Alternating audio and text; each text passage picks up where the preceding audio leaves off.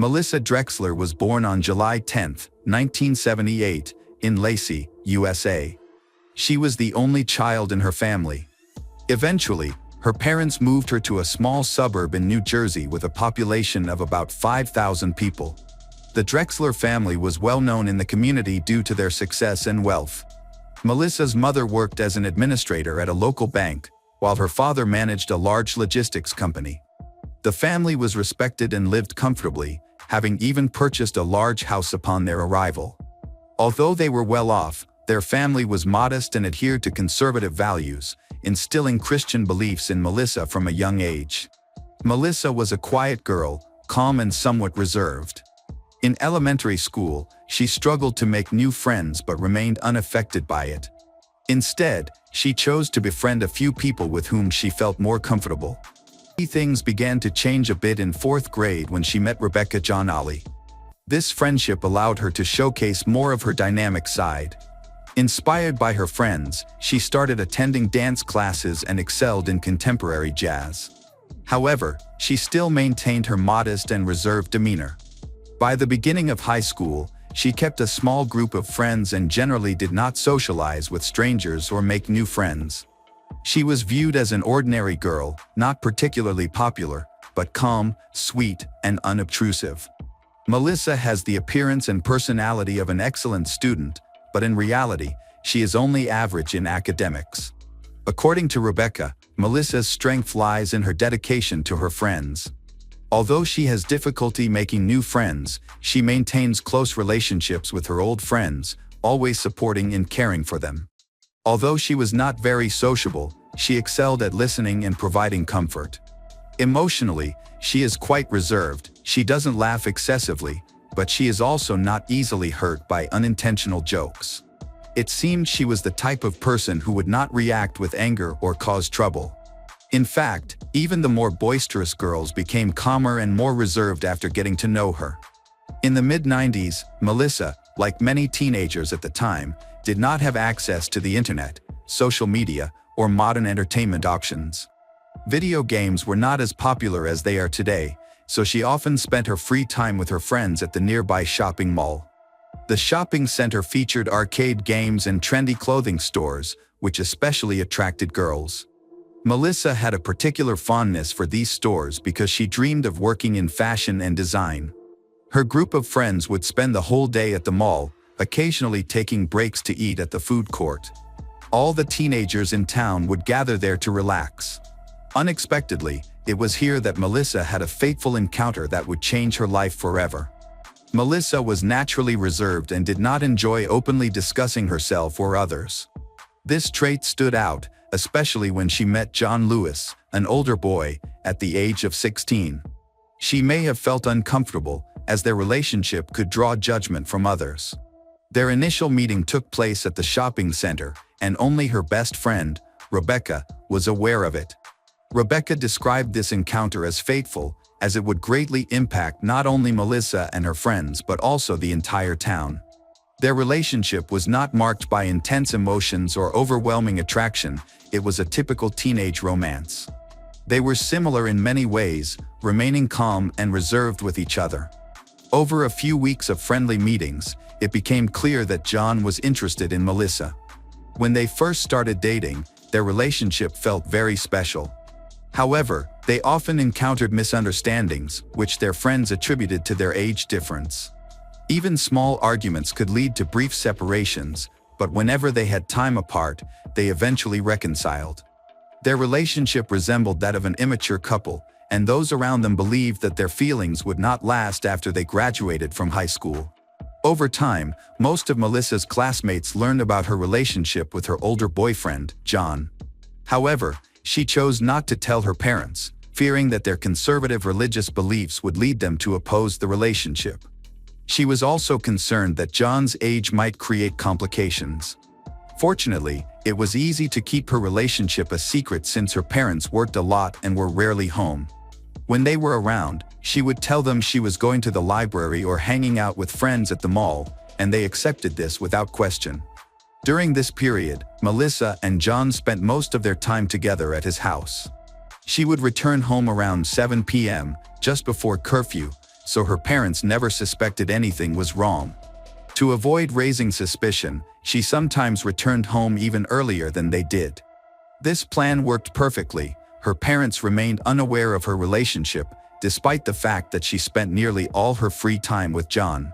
Friends like Rebecca often questioned why Melissa kept her relationship so secretive. Although Melissa struggled to explain her reasons, it was clear that she had some fears. Others could see that she and John shared a close bond. Melissa often took trips with her parents, particularly her mother. They would go to shopping centers and amusement parks on weekends and even found time to spend together during the week. Still, she continued to keep her relationship hidden and was generally hesitant to discuss John, even with her friends. Rebecca suspected that Melissa's secrecy was tied to her family's religious beliefs. While she did maintain her faith, it didn't stop her from being intimate with John, which ultimately had consequences. In the fall of 1996, Melissa discovered she had missed her period. Initially, she didn't think much of it, but as a month passed and the situation persisted, she realized the possibility of being pregnant. Fearing the worst, she took a test, which confirmed her suspicion. It was positive. By late November 1996, she approached John for a serious conversation, suggesting that she might be pregnant from their unprotected encounters. John was taken aback because Melissa had always stated that she was on birth control. He had no idea that this was untrue. She had avoided taking the pills due to concerns about side effects. Following her revelation about the missed period, Melissa gauged John's reaction and saw that he was not pleased. To lighten the mood, she laughed it off, claiming it was just a joke and that she had mixed up the dates. But there was no misunderstanding. Concerned about John's negative response, Melissa chose to keep the situation a secret to avoid losing him. She thought the issue would resolve itself, which it clearly wouldn't. By the time she reached her 4th month of pregnancy, the signs became undeniable. She felt nauseous, and her belly was starting to show. Yet even then, she stayed quiet and sought no support, preferring to keep her situation hidden. In the months that followed, Melissa attempted to maintain a normal appearance, but several close friends noticed shifts in her behavior. She began craving foods she had previously disliked and snacked more frequently, which was unusual for her. It was also apparent from her face and body that she had gained a few pounds, but nobody mentioned it. They assumed her weight gain was due to hormonal changes and that she wasn't upset about it. To disguise her growing belly, Melissa started wearing baggy clothing like jeans and oversized sweatshirts. She even wrapped her belly, a style choice that was inconsistent with her usual look. Nonetheless, she successfully convinced everyone that she was merely embarrassed about her weight gain and intended to lose it, resulting in dwindling inquiries about her appearance. Not everyone in Melissa's friend circle was observant. For example, her friend Sarah, who had lunch with her every day at school, didn't notice anything unusual. It was also puzzling that Melissa's relatives failed to see any changes. As spring approached, high school classes began preparing for the graduation ball scheduled for June 1997. By the end of May, her belly should have been noticeable. However, she went to the mall with her best friend Rebecca and her mother to pick out dresses. They tried on many beautiful styles that day, but none of Melissa's friends thought anything was wrong. They later discussed it and confirmed that her belly was not noticeable at all. Despite her delicate situation, Melissa's height of about 160 centimeters made her look only slightly fuller in the loose clothing she had chosen. It's important to note that Melissa had always had a passion for fashion and designer clothes. For the summer, she even got a job as a sales consultant at a women's clothing store near the coast. During this time, her dream was to go to New York and become a famous designer, but her enthusiasm wasn't enough to make that goal a reality. She decided to attend college in a nearby town, about a 45-minute drive from her home. Those who knew Melissa well described her as a talented artist and designer, but she struggled with writing in several important subjects, which didn't align with her plans for the future. This could also be attributed to her focus on completely different matters, particularly on how to conceal her growing pregnancy. On June 6, 1997, the long-anticipated graduation ball finally took place. Melissa, like many young people from her town, spent the morning preparing for the event. She visited a beauty salon for hair and makeup, all while secretly coping with severe stomach pain that had started earlier in the day. Despite her discomfort, she hoped that everything would be fine by the evening. Accompanied by her boyfriend John and her best friend Rebecca, she climbed into a limousine for the half-hour ride to the banquet hall in New Jersey, where the prom would take place. Throughout the trip, Melissa continued to experience unusual cramps. By the time they reached the parking lot, she was sweaty and struggling to breathe. Concerned, Rebecca and John suggested that she see a doctor instead of attending the ball. However, she was determined not to let her condition ruin the night, attributing her pain to severe menstrual cramps that she believed would soon subside. At that moment, Rebecca had no idea that Melissa had been hiding a significant secret for the past 9 months. Once inside the banquet hall, Melissa's contractions began. She quickly excused herself to the women's restroom, claiming she just needed to freshen up. The other attendees caught only a glimpse of her stunning velvet dress. Behind a stall door, Melissa gave birth, desperately trying to suppress her cries. The sound she made went unnoticed by the other girls, who assumed she was merely part of a couple sneaking away for privacy. About 20 minutes later, noticing that Melissa had still not returned, Rebecca decided to check on her. Worried, Rebecca asked Melissa if she was okay. Melissa reassured her that she was fine and would be back shortly. Shortly after Rebecca left the restroom, Melissa made more strange noises. A few girls inside looked under the stall and were alarmed to see only one pair of legs and blood on the floor. They inquired about what was happening but received no response. Worried, they left to find an adult for help. A few minutes later, Melissa emerged from the restroom as though nothing was wrong. She rejoined John and Rebecca on the dance floor, appearing calm and collected. After about half an hour of eating salad, drinking punch, and dancing, she asked the DJ to play Metallica's The Unforgiven, her boyfriend's favorite song. Meanwhile, the girls who had seen the blood informed the teachers at the prom about the disturbing sight in the restroom. When a high school teacher checked it out, she found blood smeared inside and dismissed the situation as a prank since there were no victims present. To avoid causing a panic and ruining the prom, they decided to send a cleaning lady to clean the stall. Upon arrival, the cleaning lady was shocked by the bloody scene, blood smeared on the wall and some in the toilet. She found a bloody bag and threw it in the trash without realizing it contained a placenta. Unaware of what had happened, she began cleaning up the blood with paper towels. When she tossed the used towels into an already overflowing trash bin, she noticed it was unusually heavy and called for help. Together with another cleaning lady, she pulled a dark bag out of the trash. Meanwhile, the prom organizer learned that one of the girls wasn't feeling well and approached Melissa to ask about the blood. Everyone was worried about her, but she insisted that she was fine and that it was just a heavy period. At the same time, the cleaners opened the suspicious trash bag and discovered the body of a newborn inside. The shocking news quickly spread to the other students and prom organizers, leaving everyone stunned. No one suspected that Melissa had been pregnant. Her close friends and boyfriend, John, believed it was a mistake, insisting they would have noticed a pregnancy. When pressed, Melissa admitted that she had given birth to the child in the stall. Emergency services were called, and Melissa and the baby were rushed to a local hospital in hopes of saving the newborn. Meanwhile, Melissa's parents were enjoying a quiet Friday night at home, reminiscing about their own graduation, when they received a call informing them that their daughter had given birth. They assumed it was a mistake and hurried to the hospital, skeptical of what they were being told. When they arrived, they found Melissa in a hospital bed, pale and weak.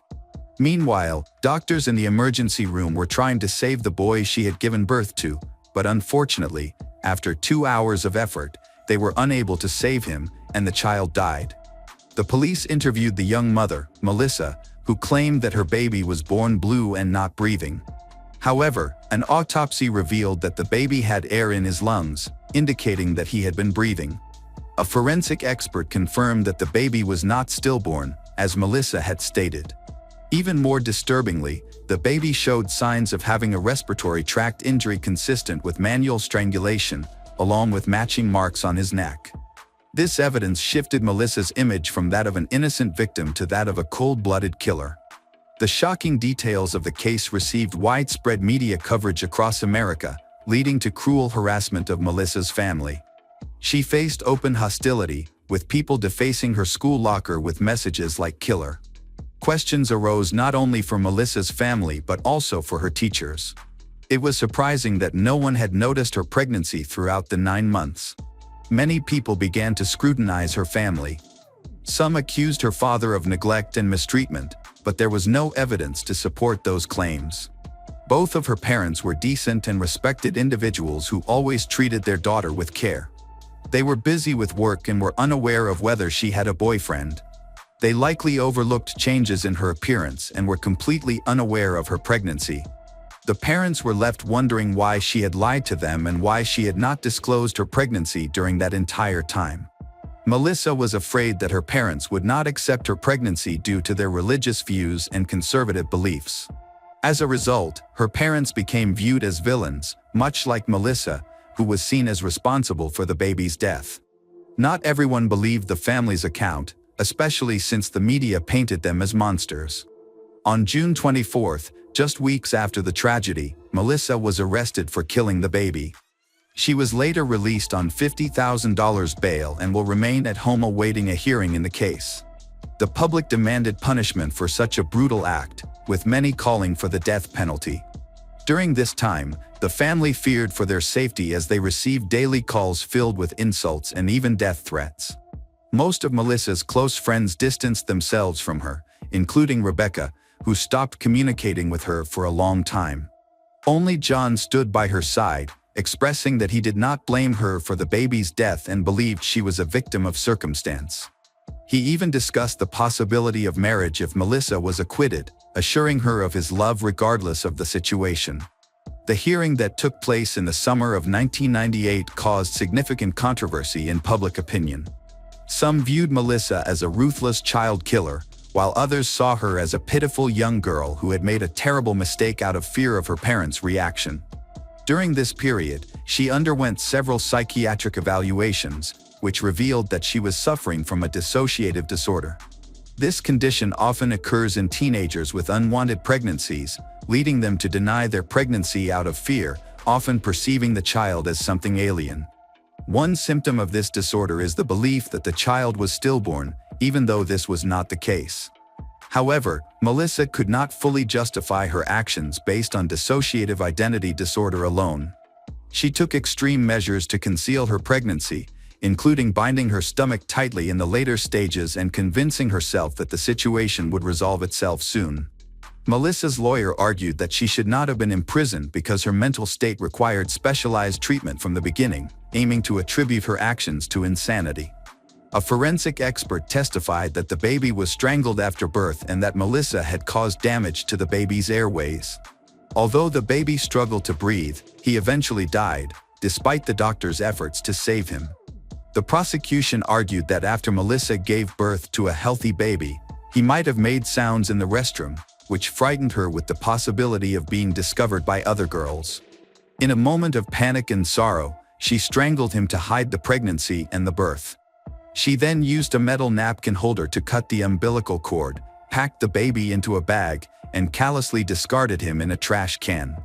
The prosecution argued that her actions were intentional and that she was mentally stable. This was evidenced by her consistent and logical behavior, as well as her composure during the questioning by detectives following the discovery of the baby's body. Her post-murder behavior strengthened the prosecution's argument. By this time, Melissa was 18 years old and should have understood the severity of her actions. Law enforcement and the media portrayed her as a monster, willing to go to great lengths to protect her graduation prospects. Few witnesses came forward to support Melissa, including her best friend Rebecca, who believed the baby was simply born lifeless and had stopped breathing. Thus, Rebecca thought Melissa acted out of fear and chose to dispose of the baby. The situation was dire. Melissa faced the possibility of up to 50 years in prison if convicted of first-degree murder. Her best chance for a reduced sentence lay in a plea bargain, where she could plead to manslaughter with mitigating circumstances. On October 29, 1998, Melissa admitted that she had been hiding her pregnancy from everyone. While in the car, she experienced cramps but tried hard to conceal her discomfort. As the pain intensified, she struggled to cope. Once they arrived at the banquet hall, she rushed to the restroom, where she went into labor. The baby was born alive, but she wrapped her in plastic bags and disposed of her in a trash can. She acknowledged that she knew her actions would lead to the baby suffocating and dying, but her fear of being discovered overwhelmed her, leading to the tragic decision to end her child's life. The judge expressed that Melissa was not a monster and deserved compassion and understanding. However, she had taken an innocent life and needed to face the consequences. As part of a deal with the prosecution, she received a 15-year prison sentence but was eligible for parole after just 3 years. Although John and Melissa ended their relationship, he remained close to her family, often supporting her parents while she was incarcerated. During her time in a New Jersey prison, she began focusing on her education in fashion and took courses in fashion design, hoping to pursue a career in that field.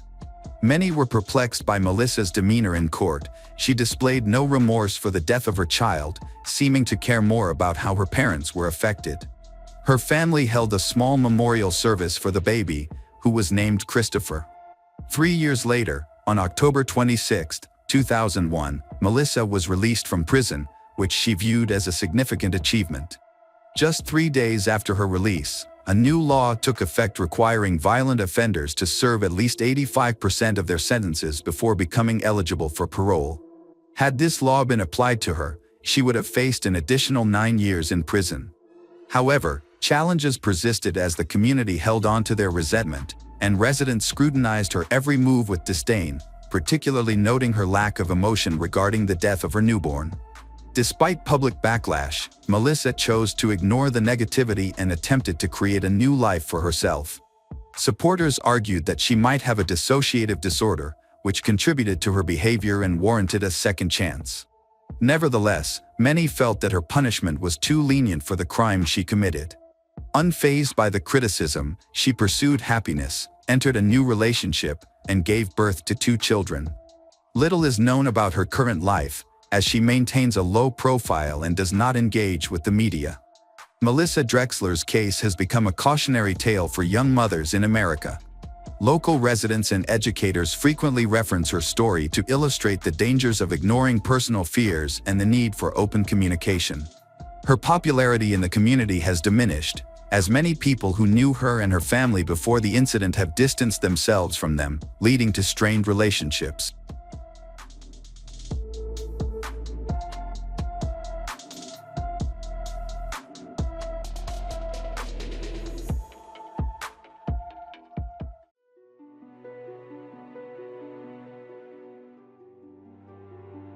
Hello friends, welcome to our channel. Today, we're going to take a look at another horrible case with you. The case of Diana Garnica. On Saturday, May 6, 2017, a 17-year-old girl named Diana Garnica went out to meet her 40-year-old neighbor, Dario Suarez. As the day drew to a close, Diana did not return home. Her mother became concerned and tried to contact her, but was unable to reach her. After speaking with Dario, who gave no information about their encounter and claimed that he had not seen Diana that day, her mother became increasingly suspicious. Diana Garnica was born on March 30, 2000, in Argentina. Those who knew her, including friends and family, noted that she displayed maturity beyond her years. Diana was very responsible and enjoyed helping her family. A diligent student, she did well in school, but eventually had to drop out of school to help her family during the financial crisis. She made the difficult choice to drop out of school to find a job and help her parents. In addition, Diana has a boyfriend her own age. People also comment on her ability to protect herself. She knows how to keep her distance from rude or dangerous people. Diana is very friendly and is the second child in a family of 8 siblings. Later, her parents divorced, which was especially difficult for her, as she had deep feelings for her father. However, she maintained a close relationship with her mother. After the divorce, Diana's mother moved with all the children to a town in Alderates, Tucumán province. After settling into their new home, they got to know their closest neighbors, Dario Suarez and his family. Susana, Diana's mother, and her siblings formed a strong friendship with Dario's family, and they became so close that they treated each other like family. Susana often babysat Dario's children while they were away. Dario respected and loved Diana's family and treated her with great care, like his own sister. There was never any indication that Dario had inappropriate behavior towards Diana or her family, reflecting the deep trust and understanding between the two families. Diana went to work every morning and came home in the evening. Occasionally, she met members of her church community and spent time with her boyfriend and close friends. Unlike many girls her age, Diana did not like to dance and avoided discos and nightclubs. Those who knew her realized that she preferred to spend her free time at home. On May 6, 2017, Diana finished her work as usual and waited for her sister at the designated place so they could go home together, just like they did every day. When Diana got home, her neighbor Dario called her and asked if they could meet to buy an air conditioner as a surprise for his mother. He asked her to keep it a secret. However, after hanging up, Diana went to her mother's room and excitedly recounted the whole conversation, ignoring Dario's request to keep it a secret. She found it funny because it was still a long way from summer. In May, where she lived, the weather was quite cool and sometimes even cold. At that time, Diana did not suspect anything unusual and just told her mother that she would help Dario choose a gift. Diana had a very close relationship with her family and shared everything with them. On that unfortunate day, Dario sent Diana several text messages. He reminded her about the gift for her mother and emphasized that no one in her family should know about it, not her mother, father, siblings, or anyone else. Dario also asked Diana to keep their motorbike trip a secret. However, Diana read all of his messages but chose not to keep it a secret. She told her mother Susana everything. As a result, her mother was fully informed about the scheduled meeting between Diana and Dario. Diana left the house to wait for Dario at the bus stop. Hours passed, and finally, Dario returned home. Susana heard the sound of his motorbike and went out to check. Seeing Dario alone, she assumed that Diana had chosen to walk home alone. She thought that Dario's wife might be jealous. Therefore, Susana decided to wait a little longer, hoping that her daughter would come home soon. Time passed, and the girl still did not return. Worried, Susana went to see Dario to ask about Diana's whereabouts. Dario quickly claimed that he did not know where she was, saying that he had not seen her that day. This answer made Susana feel strange and suspicious because she knew that her daughter was supposed to meet Dario. Although he denied it, Dario offered to help by suggesting that he could use his motorbike to find Diana, assuming that she had just gone out for a walk. Diana's relatives called her several times, but soon realized that it was useless. She had left her phone at home while it was charging and could not answer any calls or messages. They decided to check her text message history and found every text message that Dario had sent to Diana that day. It was learned that Dario had asked Diana to help him buy a gift for his mother, which suggested that they had indeed met. One of Diana's brothers then decided to confront Dario about these messages, hoping to get him to admit that Diana was with him. When Dario noticed one of Diana's brothers approaching his house, he fled. Diana's father, who was divorced from her mother and lived on his own, learned of her disappearance and quickly arrived at the scene. The entire family then went to the police for assistance. At the police station, Diana's relatives explained in detail what had happened and showed several text messages that implicated Dario in their daughter's disappearance. For the family, Dario was the only suspect. However, the police dismissed their concerns and did not take their complaint seriously. Instead, They suggested that the family look for common gathering places for young people. Diana's parents were disappointed with the police response and insisted that if their daughter went anywhere, it was only between home and work, occasionally going to church. They believed that there were only a few places where she could have gone. In addition, the family was certain that on that day, she had met her neighbor Dario, but he had returned without her and had begun to avoid them. Despite this information, the police informed Diana's relatives that they could not file a missing person report because they did not have enough personnel and resources to search for her. They advised the family to go to another police station with patrols to begin the search immediately. However, as the family left the station feeling hopeless, they were surprised to see a patrol car parked at the entrance with 7 police officers nearby, relaxing and chatting. The problem was that they had the resources to conduct a search for the missing Diana, but they chose not to. Considering the situation, Diana's family decided to continue looking for Dario, who had tried to run away. They went to the brick factory where Dario was supposed to work.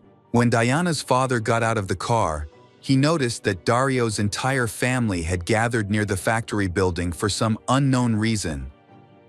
This was unusual, especially since it was 2 a.m. on a Sunday morning. Inside the factory, the lights were still on and the kilns were still running, even though they had not been used for months. Diana's father asked Dario's family where he was. They replied that he had gone to the toilet. However, Diana's relatives soon discovered that Dario had actually gone deep into the mountains and had no intention of returning. Diana's family tried to talk to his wife and mother. Unfortunately, no one could provide any information about Dario's situation. Diana's family was suspicious and asked questions. Why was Dario's entire family at the factory that night if none of them knew what had happened? Why was the factory, which had been shut down for a long time, suddenly operating early on a Sunday morning? Frustrated, Diana's family approached the judiciary and tried to file a complaint with the prosecutor's office. They expressed their concerns by going to the police the day before, and the police assured them that information about Diana's disappearance would be passed on to the prosecutor's office. However, when they arrived, no one at the office knew about the situation, possibly because no official statement had been filed. As a result, the family had to start the complaint process all over again. After filing a new complaint, Prosecutor Claudio Bonari went to the scene of the incident. Claudio instinctively sensed that something was amiss, so he quickly began organizing searches. He started at the home of the suspect, Dario Suarez, and then moved to the brick factory where Dario worked. The prosecutor discovered that the factory's kiln had been operating the night before, which raised some disturbing thoughts. Claudio later reported that he faced unexpected challenges during the investigation that day. The judges from the investigative court and his office secretary were not present, which prevented them from issuing a search warrant in time. Prosecutor Claudio therefore decided to conduct searches without the necessary warrant. He began his investigation by searching Dario's home and the factory. The prosecutor's main theory was that Dario might have kidnapped Diana and assaulted her. According to this theory, the factory could be the crime scene where Dario dumped the body. However, the prosecutor also considered the possibility that Dario did not act alone. He suspected that other people, including Dario's wife, mother, factory owner, and employees who were present that night, might have been involved in the crime. A second investigation was launched. The theory was that Diana might have been kidnapped and possibly handed over to the mafia or human traffickers. This theory did not come about by accident. In fact, in Diana's family, it was discovered that Dario was involved with very dangerous people who kidnapped young girls to then sell them or transfer them to bars and nightclubs. A girl on Facebook claimed that a man named Christian had handed Diana over to a human trafficking group. She detailed on her personal page how Diana was put in a nice car and mentioned an envelope of money that was supposed to be for Christian. However, This so-called witness later confessed that she had lied to blame her ex-boyfriend for everything after he left her. This situation required the prosecutors and their team to thoroughly review the documents they had for the investigation. As a result, significant resources were wasted on this false lead, hindering the actual investigation. Meanwhile, Prosecutor Claudio chose to pursue the case under the hypothesis of illegal detention and possible murder. His main theory was supported by the efforts of sniffer dogs who searched the area, as well as firefighters from Punta Arena, who assisted in the police-led searches and raids. The dogs repeatedly followed Diana's scent, leading them in the same direction. This gave them a clear path that she would have taken that day.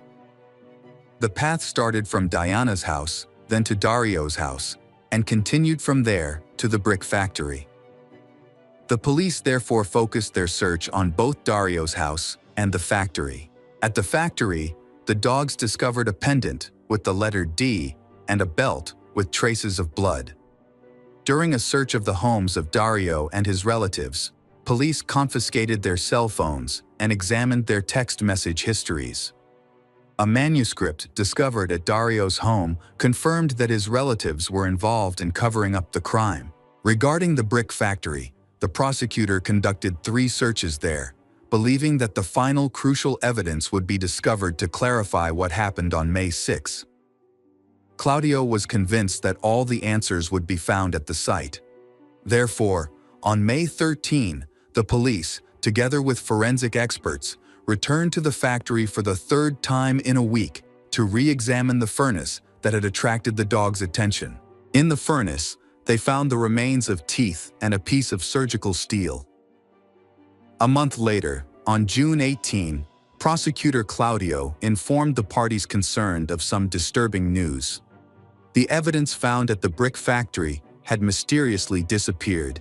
As a result, the prosecutor declared the case secret, which meant that neither the parties concerned nor the media would receive any further updates.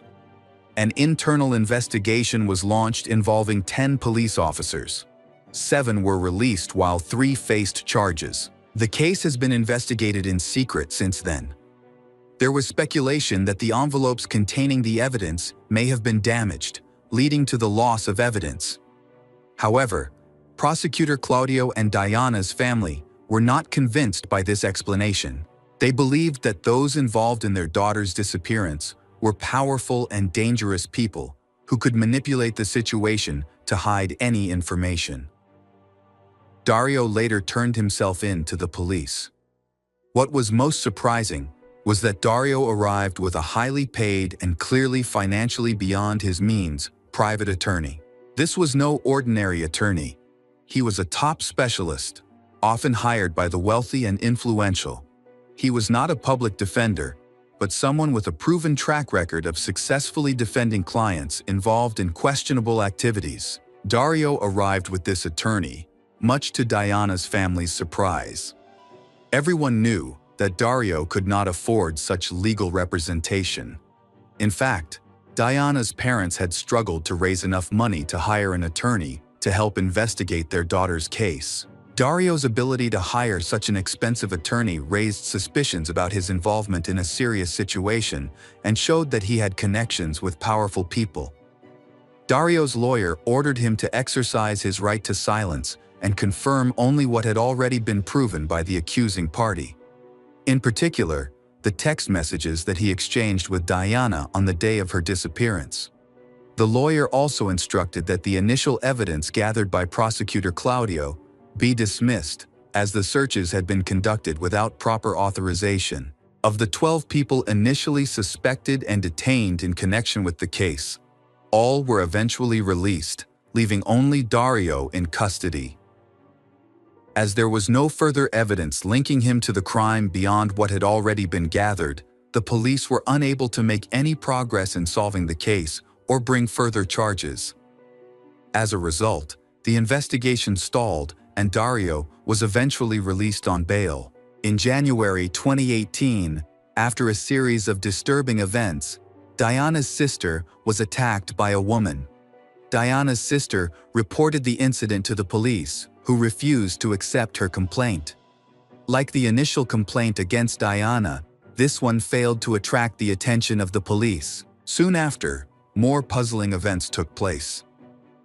Diana's family received small sums of cash from unidentified people on 3 separate occasions, accompanied by notes that appeared to have been written by Diana. These messages gave the family hope that she was still alive. One note read, "Mom, I'm Diana. I'm alive. They're holding me. Please come get me." Another message conveyed a similar plea. 3 banknotes were sent to a lab for analysis. 2 of them tested negative, showing that the handwriting did not match the notes in Diana's notebook. The 3rd banknote initially tested positive, showing that it matched Diana's handwriting. However, when retested, the results were negative, indicating that the handwriting was not hers. This case is indeed full of inexplicable details. First, the evidence found disappeared. Then these notes appeared. The identity of the handwriting remains unknown. The discovery of these notes has rekindled the family's hope for their daughter's return and led them to form new theories about her possible location. Diana's parents still believe she is alive, while they feel the police are unwilling to pursue her case. In May 2019, 2 years after Dario Suarez was arrested for a crime he was suspected of but had no evidence to prove, Dario was released under the Argentine Penal Code. 2 years and 4 months after Diana went missing, the federal court decided to close her case due to insufficient evidence. Currently, the main theory of the prosecution is that Diana was kidnapped and is likely the victim of violence and murder. Throughout the investigation, and searches were carried out at various locations, and many witnesses were interviewed, but no one provided clear information about what happened.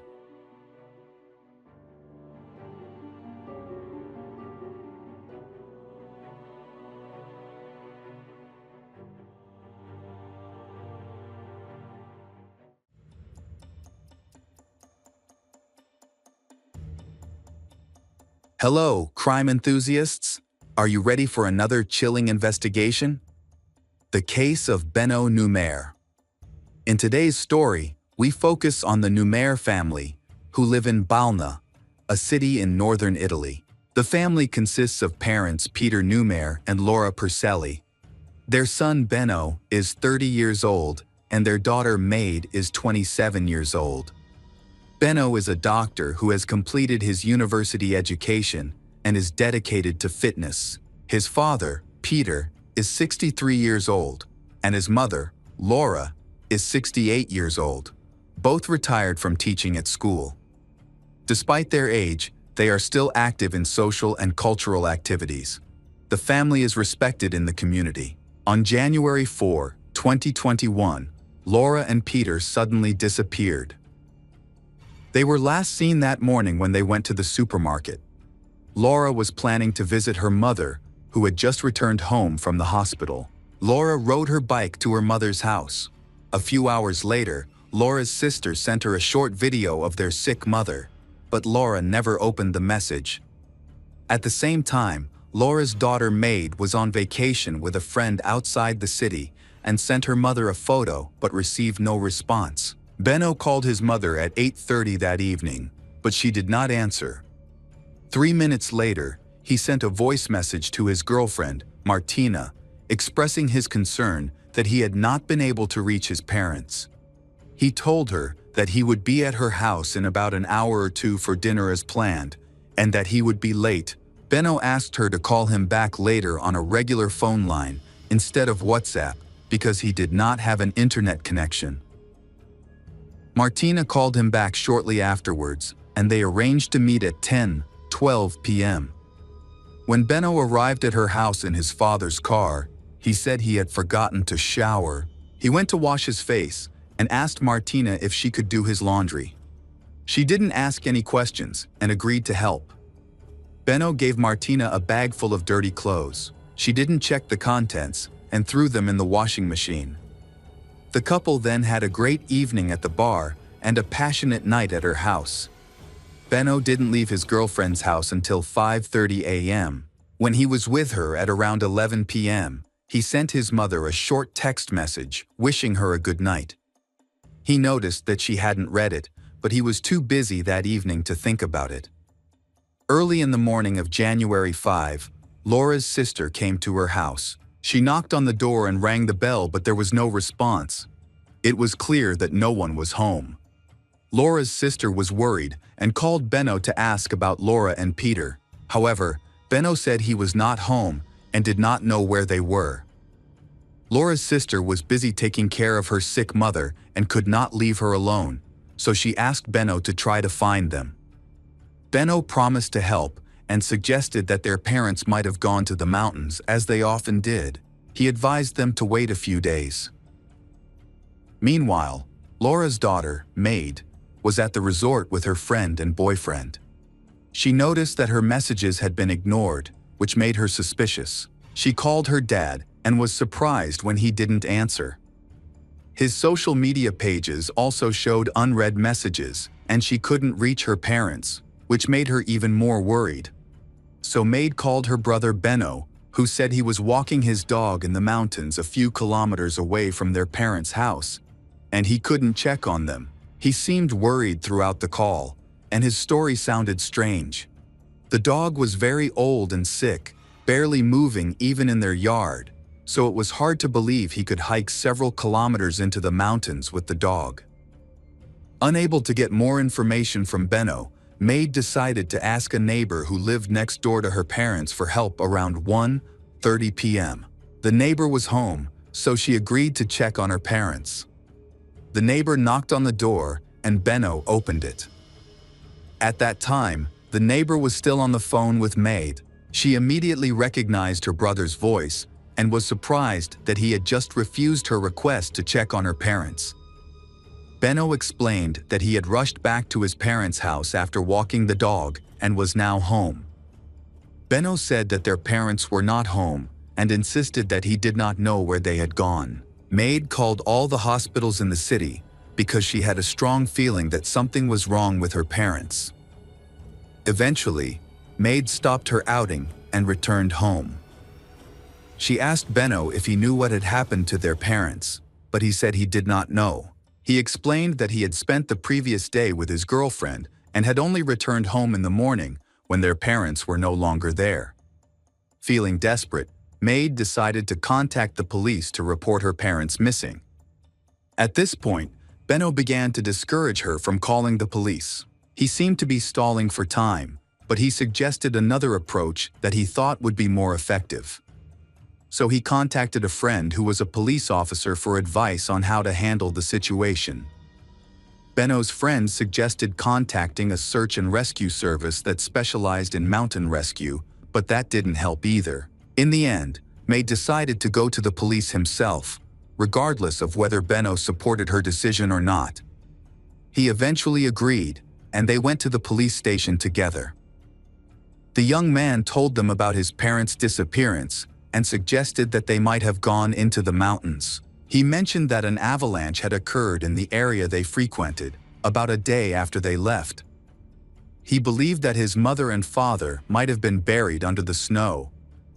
This explanation seemed plausible to the police and became the main focus of the investigation. Laura and Peter were declared missing, and search teams were deployed to the site of the avalanche. Trained dogs were used to search. Despite a thorough search, it took a long time to cover the entire area. The police decided to interview Benno to gather more information. They noticed that he was evasive and increasingly uncomfortable when asked difficult questions, making his behavior seem suspicious. After leaving the office, Benno suddenly displayed a sudden and inexplicable aggression. He attributed this outburst to hunger, fatigue, and stress. The next day, there was still no news from the police about Peter and Laura, prompting Maid to return to the station. Benno tried to stop her again, insisting that the police needed more time to conduct the search. During this time, another girl named Jasmine contacted Benno. It turned out he was chatting with 3 other people on Tinder, and he was particularly interested in Jasmine, and he showed little interest in the ongoing investigation. On January 6, Maid returned to the police station. It had been 2 days since her parents had gone missing. Laura and Peter had not contacted her, which made her believe that something had happened to her parents. They usually informed her before they went into the mountains and would prepare carefully for such trips. She felt the need to conduct a more thorough search of the area near their home. The police were actively involved from the beginning. Initially, they focused on the possibility that the couple had gone missing in the mountains. During this time, Benno went to the supermarket with his new girlfriend, Jasmine, where he bought a large amount of hydrogen peroxide, explaining that he needed it to prepare to sell his father's car. Search teams along with volunteers were organized to search the areas outside the mountains and around Laura. Despite the large resources and the participation of about 600 people in the search effort, Peter and Laura were still missing. Everyone worked together in the hope of finding them quickly. Finally, Maid expressed her concerns. She thought about Benno's strange behavior and the fact that their parents had disappeared shortly after she left the city for a short time. During that time, Benno was supposed to be with them, and their relationship was complicated. She suspected that he might know more than he was letting on. The police decided to question Benno again. This time, during questioning, he was overly friendly, which was surprising given his violent reaction after his previous encounter with the police. The officers suspected that he was deliberately controlling his demeanor to avoid revealing any important information. During this time, suspicions grew that Peter and Laura were likely dead, and it was believed that the couple's son, Benno, might be involved. Benno became the prime suspect. Maid regularly contacted the police, sharing information about Benno and their parents.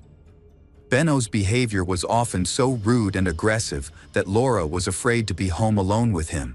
On January 7, the police tracked Benno down. That day, Jasmine and Benno got into the family car and went to a hardware store where they bought rags, cleaning supplies, a bucket, and hydrogen peroxide. While Benno asked Jasmine to pay for the items, they stopped at a car wash before heading home. The police arrested them there and found all the items they had purchased in the trunk of the car.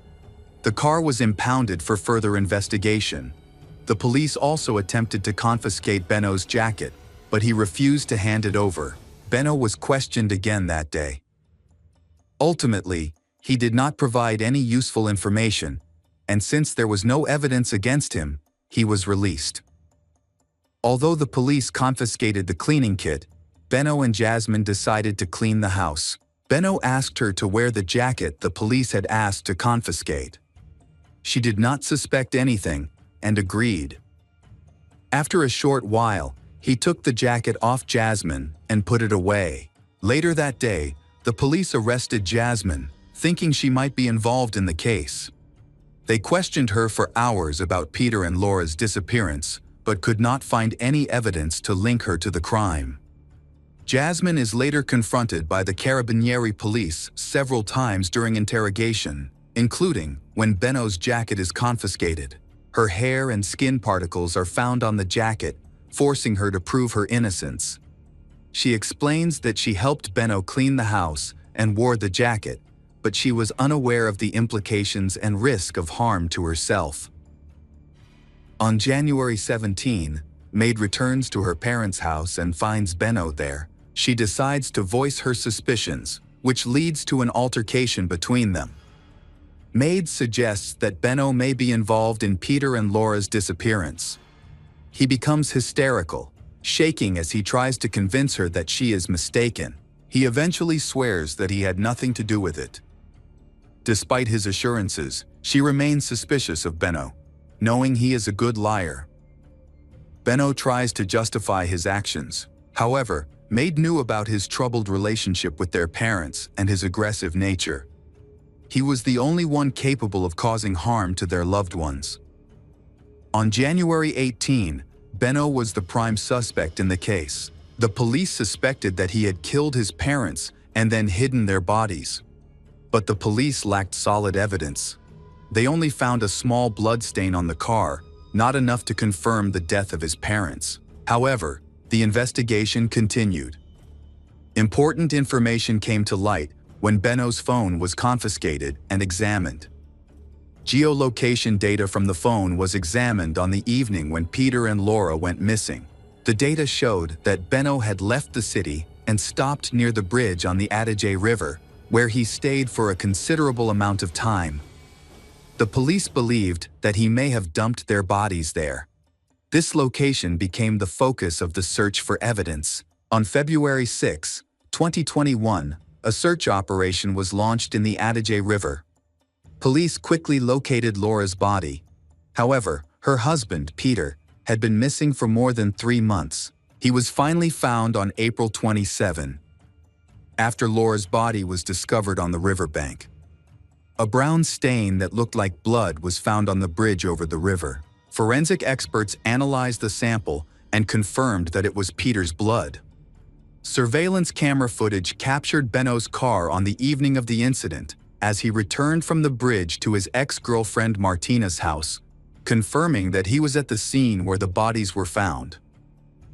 Peter's body was found by forensic experts in relatively good condition. A layer of algae had formed on it, slowing down decomposition, and the cold temperature helped preserve the tissues. This made it easy to spot signs of strangulation on both Peter and his wife. Marks on their necks indicated that they had been attacked from behind. The cause of death was confirmed to be strangulation, and it was determined that they had been thrown into the river after they were dead, as there was no water in their lungs. Given Benno's strong and muscular physique, he was able to overpower his elderly parents without much difficulty. After his parents' bodies were found, Benno admitted that he was involved in their deaths. On the night of the incident, he had an argument with Peter. Benno tried to avoid the argument by locking himself in his room, but his father barged in and continued the argument. In a fit of rage, Benno attacked his father with a rope and strangled him. When Laura heard the noise and went upstairs, he feared that she would call the police, so he strangled her as well. Although his confession seemed credible, his motives seemed too weak to justify such a brutal act. Benno explained that his relationship with his parents had become increasingly strained in the months leading up to the incident, marked by frequent arguments after he moved back in with them. Benno had begun paying rent at his father's request. However, due to the constant arguments, his father decided that it would be best if Benno moved out. He began to encourage his son to rent his own apartment, but Benno refused. To pressure him to move, his father increased the rent to €700, which Benno considered excessive and unfair. That evening, Peter called him a loser for spending too much time on the computer and forced him to walk the dog. Another argument broke out. This conflict escalated into a tragic situation. Benno claims that his father was the first to confront him, trying to kick him out of the house. As a result, Benno felt he had no choice but to defend himself. The investigation revealed that immediately after the murder, Benno began to create an alibi. He called his mother's cell phone, pretending to go looking for her. After the murder, he asked Martina to wash his clothes to erase any evidence. Although she handed the washed clothes over to the police, no incriminating marks were found on them. Police believe that his efforts to conceal the evidence indicate a deliberate act. Not only did Benno understand what he was doing, but he also tried to avoid consequences for this brutal crime. Benno attempted to explain his actions by claiming that he was mentally disturbed and affected by the attack. However, his calm demeanor and careful efforts to conceal evidence of the crime showed that he was fully aware of his actions. After his arrest, psychiatrists evaluated him and determined that he had a personality disorder characterized by narcissism and social problems. He had recently had frequent sudden outbursts of anger, which doctors attributed to his steroid use. Benno began taking additional medication. This led to a significant deterioration in his mental state due to hormonal changes, leading to increased aggression and a complete loss of self-control. Maids said that he would often attack her when angry and was often violent with other family members. On one occasion, she suffered multiple bruises as a result of his aggression. Even as a child, Benno tried to strangle her, but their parents were present at the time. In 2020, Benno entered a relationship with a girl named Nadine, and they moved to Germany together. A friend noted that at first, Benno was very attentive and caring. However, over time, his behavior became controlling, showing signs of selfishness and abusive tendencies. He tried to create distance between Nadine and her family, isolating her from her parents and friends, leaving her to spend most of her time alone. Things got worse when in June 2020, Nadine discovered that Benno had used her credit card without permission and stolen money from her account. This betrayal prompted Nadine to end the relationship. She called Benno's parents and insisted that they pick up their son from her apartment. His parents had to drive to pick him up. Just a day after their return, Benno made amends with Nadine, promising to pay her back and asking her parents to let him go home to Nadine. While Nadine was at work, he sent her a selfie showing him covered in blood. Benno claimed he had gotten into a fight with a friend named Dean. However, Dean was in another part of town at the time and did not see Benno. Benno sent some of the photos to his mother, Laura, who was concerned. She contacted a friend for advice. The friend suggested that Benno could be dangerous and advised Laura not to go to his apartment alone. Laura suspected that Benno's mental health had deteriorated due to his use of anabolic steroids. Benno was eventually taken away, and it was discovered that he had been self-harming due to hallucinations. After this incident, Nadine decided not to see him again, but he was discharged after only 3 days. During his stay, doctors did not have enough time to carry out all the necessary tests to diagnose his condition. It was suspected that Benno was schizophrenic and his family insisted on further testing, but he refused and began taking medication for schizophrenia. By the time Benno's trial began, he had been diagnosed with acute polymorphic psychotic disorder rather than schizophrenia. This misdiagnosis meant that he was taking the wrong medication, which likely worsened his mental condition. While on steroids, he was taking a dangerous cocktail of drugs that affected his behavior. Immediately before the murder, Benno was released from the psychiatric hospital and returned home. During this time, his mother became extremely concerned for his safety. She hid all the knives in the house and locked the doors at night. She believed that as long as she did not provoke him, everything would be fine, so she tried to avoid arguments and limit her interactions with him. Unfortunately, this did not protect her from a tragic end. On November 19, 2022, Benno Neumayer was sentenced to life in prison. However, his lawyer quickly appealed the decision, arguing that Benno was insane due to a combination of negative factors that worsened his mental condition. To support the defense's claims, several independent medical assessments were conducted, which found him mentally stable. The prosecution pointed out that Benno acted deliberately, as he tried to create an alibi and conceal his actions. Just minutes after the murder, he called his girlfriend, pretending to be worried about his parents' absence. He ruthlessly deceived those around him, sending messages to his deceased mother, deceiving his sister and neighbors, all to escape justice. After the retrial, Benno's life sentence was upheld and remains in effect. The murders of Peter and Laura received considerable media attention in Italy and caused widespread public fear.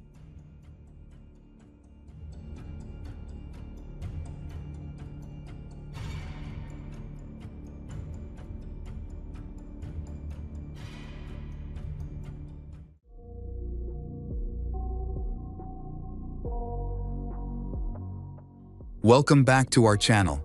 Today we will explore a new case. The case of Cynthia George. On an afternoon on June 16, 2001, an attack at a gas station in Akron, Ohio, shattered the peaceful atmosphere and claimed the life of a successful businessman once admired by the upper class. Ed George and Cynthia George were famous residents and were considered the wealthiest in the state of Agaya, USA. Ed was a successful Lebanese businessman who owned a banquet hall and a nightclub. He was one of 8 children in a Lebanese Catholic family.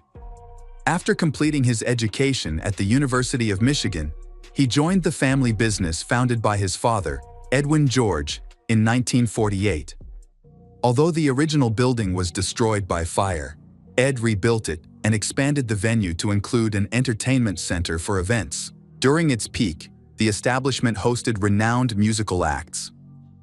Cynthia George, Ed's wife, was a charming and attractive socialite, known for her petite frame, blonde hair, and striking blue eyes. They had 7 children together. Cynthia grew up in North Canton in a low-income family. Her father worked as a miner, and her mother took care of the home and children. Lacking exposure to wealth, Cynthia began working at a young age. Although she couldn't afford higher education, she quickly realized that her looks could provide her with a path to a more comfortable life, leading her to pursue a career as a dancer. At this time, Cynthia, a 20-year-old, attended a nightclub casting call in 1978, managed by Ed, who was 15 years her senior. Although she didn't get the job, she caught Ed's attention, and they began dating. He seemed to be a convinced Catholic and was in no hurry to get married. However, after 6 years together, they got married in a lavish ceremony, attended by over 500 guests. This marriage fulfilled Cynthia's dream of a luxurious lifestyle. Cynthia and Ed moved into a spacious mansion with 5 bedrooms and 5 bathrooms. First of all, they wanted children, and over the next few years, Cynthia gave birth to 4 daughters. Ed felt this wasn't enough, so they adopted 2 boys. In 1994, at the age of 40, Cynthia became pregnant again and had another girl. The family comfortably managed their large household with the help of servants and a steady income from an upscale restaurant at the club. Despite his busy work schedule, Ed always made time for his children. He would comb his daughter's hair every morning, assist with their homework in the evenings. Being a person with a healthy lifestyle, he is never absent from any sporting event. Meanwhile, Cynthia relies heavily on nannies to take care of her children and enjoys a leisurely life of partying and shopping. Her husband supported this lifestyle, giving her plenty of freedom. While his substantial wealth, Cynthia often complained about receiving too little money, even though she indulged in whatever she wanted. In fact, Cynthia turned out to be not such a decent woman as she initially seemed. From the first years of marriage, she had lovers that her husband did not suspect. She flirted and met different men right in his club. One of her main lovers was Jeff Zack, a tall and charming man known for his appeal to women. He had Israeli roots. By 1976, he dropped out of school and decided to move to his homeland to study his Jewish origins. He became a citizen of Israel and even served in the army as a paratrooper. Jeff was multilingual and claimed to be a special agent involved in real combat operations. After 3 years, he returned to the United States. At 29, he met a beautiful brunette named Bonnie Cook in an Arizona restaurant. They quickly fell in love, decided to solidify their union by marriage, and then have children. During this time, Bonnie discovered a different side of her husband. She noticed that Jeff seemed to have 2 contrasting personalities. One was calm and gentle, while the other was aggressive and cruel. These personalities appear unpredictably. 2 years after their wedding, they welcomed a son. During this period, Jeff attempted to start a new business. He had many different startup ideas, but none were successful. They managed to make ends meet and moved into a comfortable 2-story house in the small town of Stowe, Agaya. Here, Jeff began a business involving vending machines. Although he became somewhat calmer over time, he still frequently experienced angry outbursts. His violent nature even led to several legal issues. Shortly after moving in one evening, Bonnie and Jeff were dining at Ed's club when Bonnie noticed her husband staring intently at a beautiful stranger. During dinner, Jeff even complimented the blonde multiple times, which greatly upset Bonnie. This attractive woman was Cynthia. That night, Jeff also met Ed, the owner of the club, and realized that building a friendship with him could significantly benefit his business. He spent the rest of the evening socializing with Ed and his wife, leaving Bonnie alone at the table. Jeff and Ed quickly hit it off and began a friendship. Eventually, Bonnie and Cynthia also grew close, regularly visiting each other's families and celebrating holidays together. Ed invested in Jeff's business by purchasing 100 vending machines and connecting him with valuable partnerships. This investment allowed Jeff to place machines in prime locations throughout the city, leading to the success of his business. Despite the rapid development of the business, soon, Bonnie became the main breadwinner of the family. Her career as a real estate agent was thriving. During this time, Jeff retired a little from Business Respawn and spent more time with their son. The boy helped service vending machines, buy products for them, and carry out scheduled repairs. Jeff also started attending his son's training sessions and sporting events. Despite the fact that the life of both families seemed ideal from the outside, problems continued inside.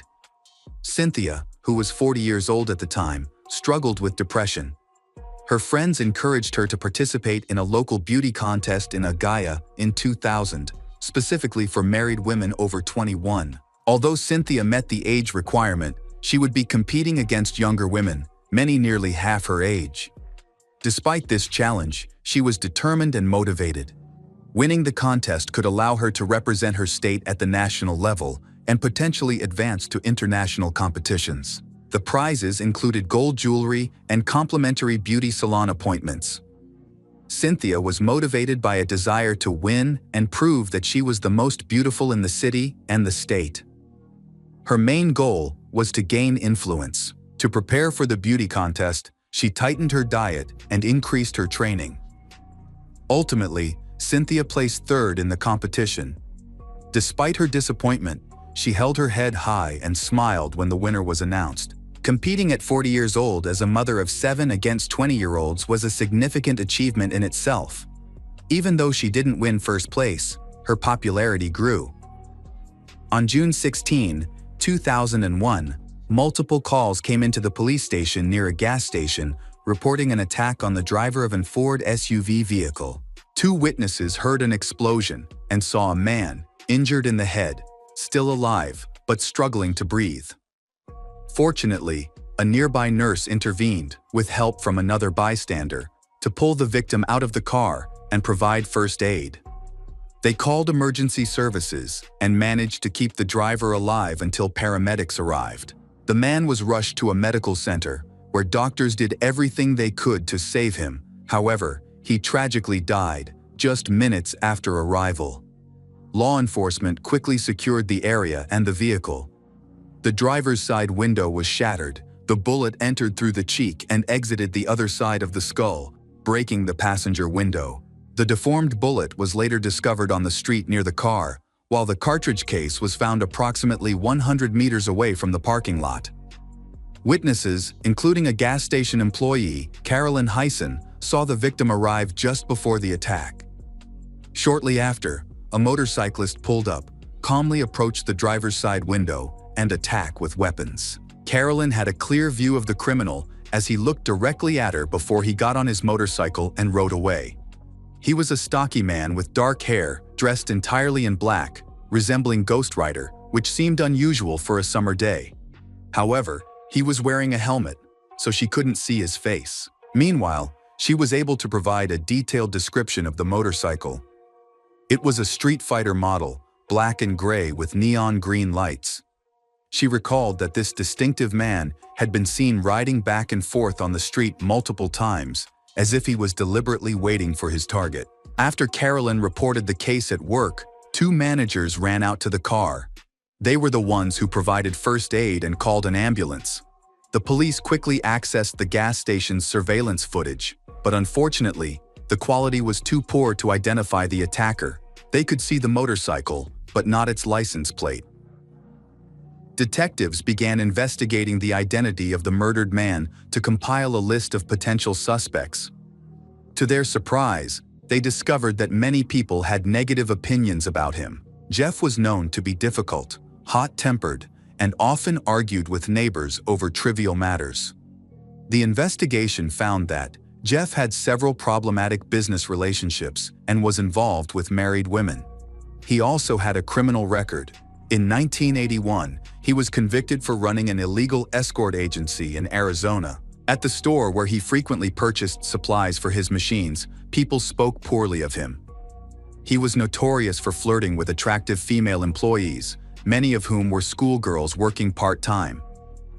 One witness recounted an incident involving a 17-year-old girl whom Jeff harassed to obtain her phone number. After she reluctantly provided it, he began calling her incessantly, offering money for intimate. This harassment continued until the girl's father intervened, threatening Jeff with legal action for corrupting a minor. There were other similar incidents, which contributed to his tarnished reputation. Detectives were aware of many individuals who might seek revenge against him. When the police arrived at Jeff's family's home to inform his wife about the incident, she was shocked and started to cry. They had been married for 15 years. Although she couldn't believe what had happened, she didn't appear especially surprised given her husband's controversial reputation and the many people who disliked him. Bonnie recounted the events of the day her husband was killed. That morning, Jeff was at home with his wife and son. He needed to go on his usual trip to check on the machines and restock them. Jeff asked his son for help, but the boy, upset with his father, refused. This prompted an argument between them, which Bonnie mentioned was a common occurrence. She herself was tired of the behavior of her husband, who treated her frankly badly. She admitted that she was thinking about divorce. Fortunately the teenager refused to help his father. It is possible that this saved his life. Typically, when disagreements arose, Jeff would react aggressively towards his son. During one instance, he attempted to involve Bonnie in an unpleasant discussion, but she chose to ignore him. He then claimed to have found a new woman who was superior to Bonnie in every way. She recognized this as another attempt to provoke her and continued to disregard his comment. To back up his claim, Jeff left the house, stating he was going to see his mistress. However, in reality, he went to wholesale warehouses to purchase items for vending machines. For several hours, he was in stores arranging merchandise, with this confirmed by witnesses and surveillance footage. The trips ended with a stop near a gas station where the killer acted quickly. There was reason to believe that Jeff was a big fan of lying. He frequently confided in a friend for the most intimate things. The police interviewed this friend, and he confirmed that Jeff tended to exaggerate his past to fit in with wealthier social circles. They also spoke with the victim's son. He supported his mother's account of a conflict with his father that morning. He struggled with mixed emotions regarding his parents. He loved his father, as they had grown closer recently. However, he was deeply troubled by his father's treatment of his mother, having witnessed years of emotional abuse and infidelity. The schoolboy really wanted to help find the killer. The numerous betrayals of Jeff seemed like a valuable clue.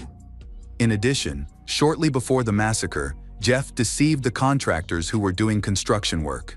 He paid them only about $7,000, less than the initial agreement, under a far-fetched pretext. However, these builders had a confirmed alibi. Bonnie stated that she didn't have specific suspicions about the killer, but she described Jeff as having a nasty and aggressive personality, which could lead him into trouble at any moment. She mentioned that he frequently received threatening messages and calls. One of the strange messages was saved on the answering machine, and she showed it to the police.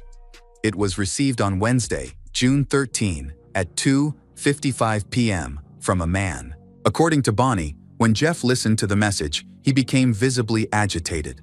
Previously, he had taken such calls lightly, sometimes even joking about them, but this time he became restless and started pacing the room, deep in thought. Bonnie didn't know who the caller was, but she felt the voice on the recording sounded menacing. After the conversation, he said goodbye and mentioned they would speak again soon. Bonnie revealed that her husband left and went into hiding for several days after the call. He only returned home on Saturday morning, just before his death, and was in a very bad mood. The police interviewed all of Jeff's relatives and friends.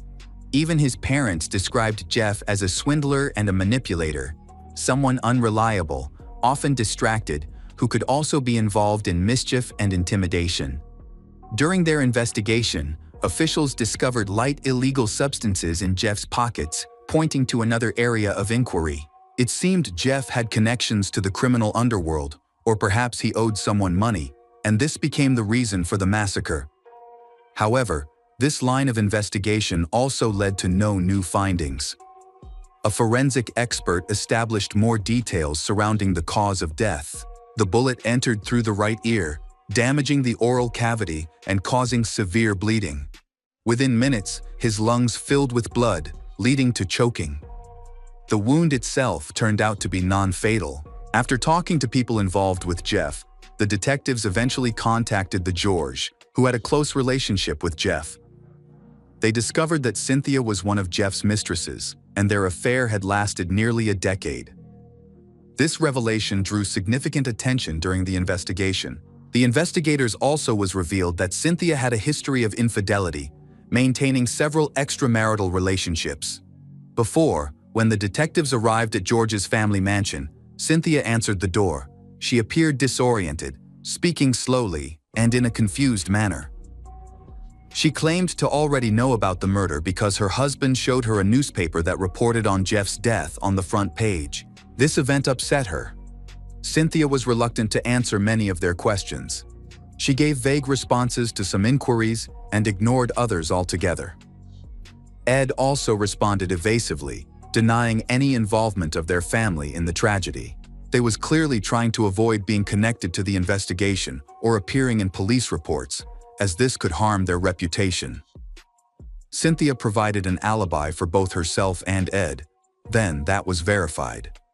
Surprisingly, Bonnie was fully aware of the affair between her husband and Cynthia.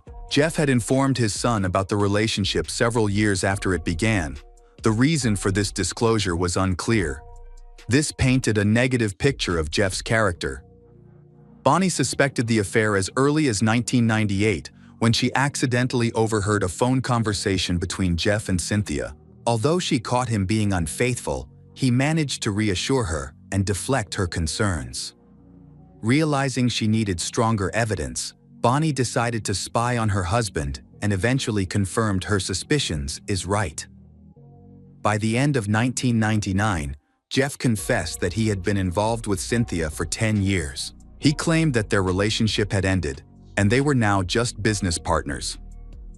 The mother of Jeff supported Bonnie's claims, stating that she was aware of her son's infidelities, including his involvement with Cynthia. Jeff frequently shared his personal thoughts with his mother, but she also insisted that he loved and respected Bonnie. After speaking with close friends of the George family, the police uncovered several intriguing details. Jeff met Cynthia at a club in 1991, where he pretended to be a doctor. When Cynthia discovered he was lying, he created a new story, claiming to be a special agent. This deception captivated Cynthia, a socialite.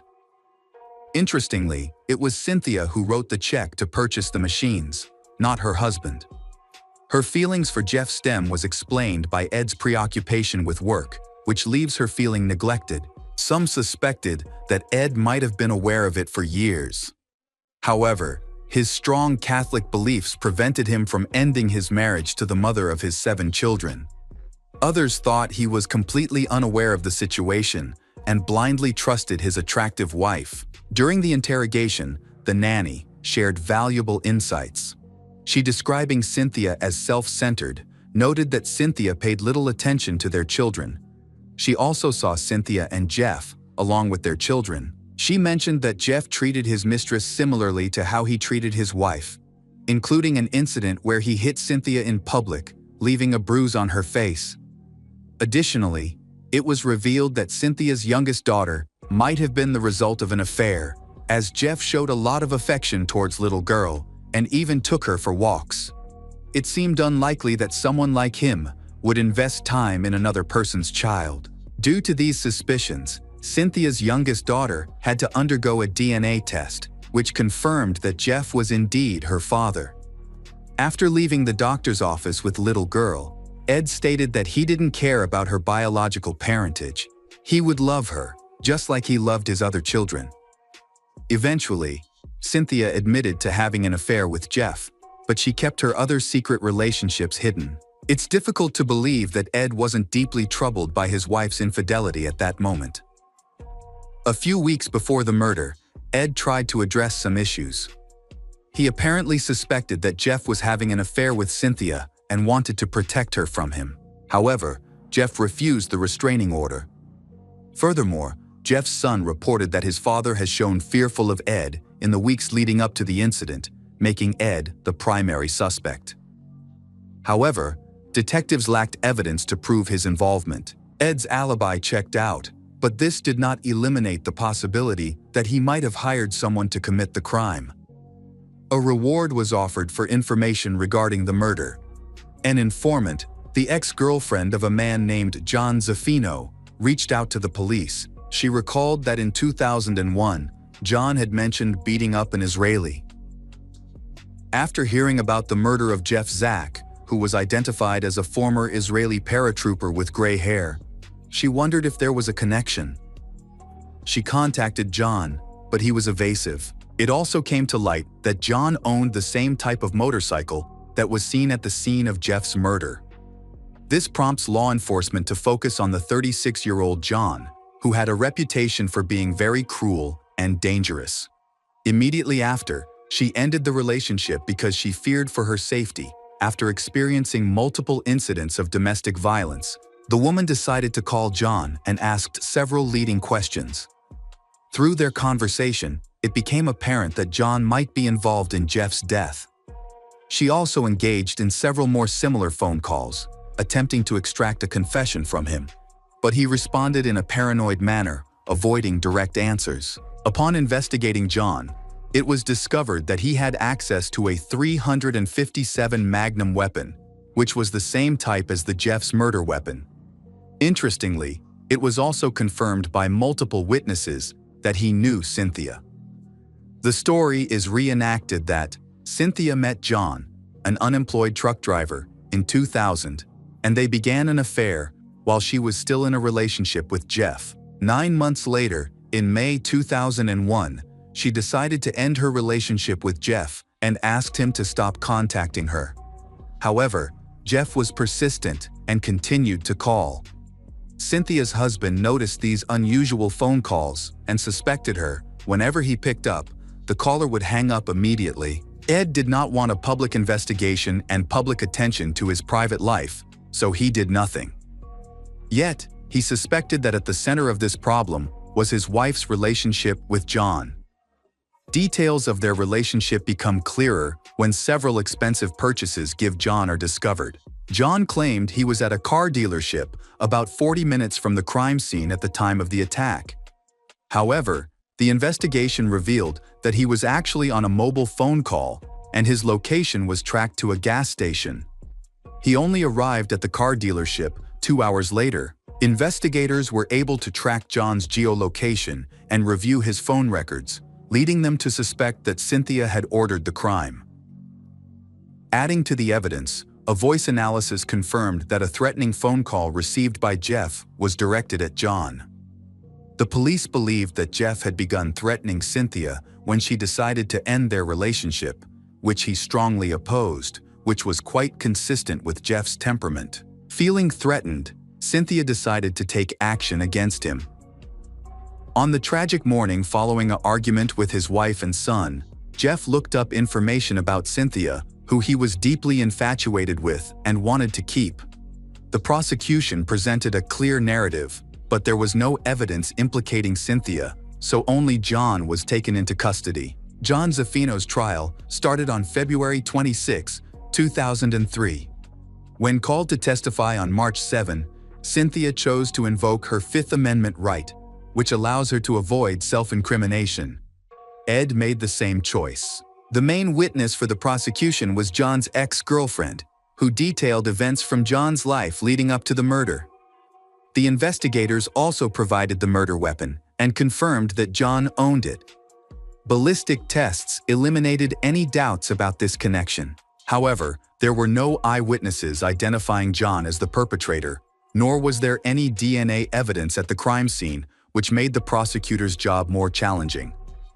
On March 10, 2003, after 4 hours of deliberation, John Zaffino was convicted of conspiracy to commit murder. He was sentenced to life in prison with the possibility of parole. 23 years after the verdict, Bonnie approached John, stating that he was merely a pawn while Cynthia enjoyed a lavish lifestyle, asked if it was worth it. She likely hoped John would express his anger and reveal the truth, but he chose to remain silent. For a long time, the police lacked solid evidence against Cynthia. To bring her to justice, they gathered information about her involvement, piece by piece. On January 10, 2005, Cynthia was arrested while shopping.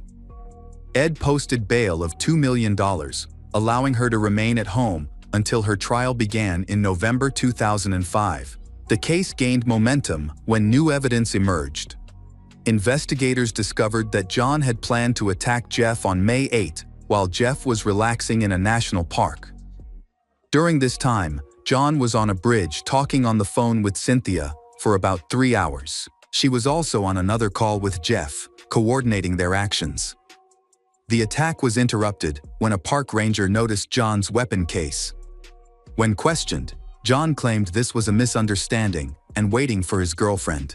A week later, a mushroom picker found a weapon in the park, which provided indirect evidence of Cynthia's involvement in the conspiracy. Ed hired a strong defense team of 5 lawyers for his wife, significantly reducing the prosecution's chances of success. During the trial, many revealing details emerged about Cynthia and her affair with John. The investigators was noted that Cynthia even paid for John's lawyers. One significant piece of evidence included recorded phone conversations between John and his sisters, which featured incriminating remarks in which he pressured Cynthia to uphold her part of their agreement. The defense argued that Cynthia had no reason to want Jeff dead and no motive to be involved in a murder plot. In contrast, the prosecution firmly claimed that Cynthia had a motive for the murder. After their breakup, Jeff tried to keep Cynthia in his life. They frequently argued, especially concerning their daughter, whom he threatened to take with him to Israel. Cynthia also felt at risk of their affair being revealed by Jeff, which could lead to her public humiliation. During the trial, 2 letters from Cynthia to John, who was in prison, were presented. These letters revealed their ongoing romantic relationship and showed that she remained deeply connected to him. In one letter, she sent him a Bible and expressed that she frequently prays for him. After facing public humiliation due to Cynthia's actions, Ed defended her against conspiracy charges. He emphasized his commitment to their marriage vows and refused to seek a divorce. Surprisingly, Cynthia chose not to testify in her defense, and John also did not take the stand.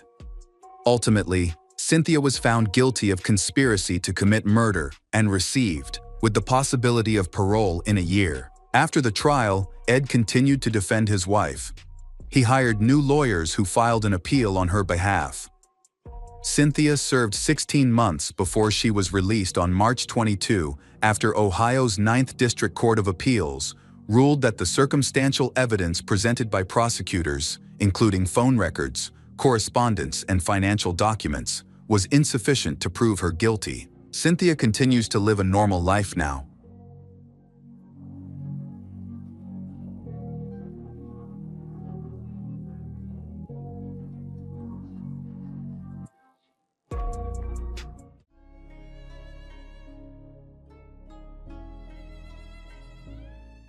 Welcome back to our channel. Today, we will explore a new case, the case of Nohema Graber. When a student at Fairfield High School received his Spanish test results, he found that his entire exam had been marked in red pen. He had failed because received a low grade. He was furious in front of his classmates, but the teacher reassured him, stating that she believed in his abilities and that he just needed to prepare better for the next test. Little did the elderly woman know that this would later have a tragic effect on her life.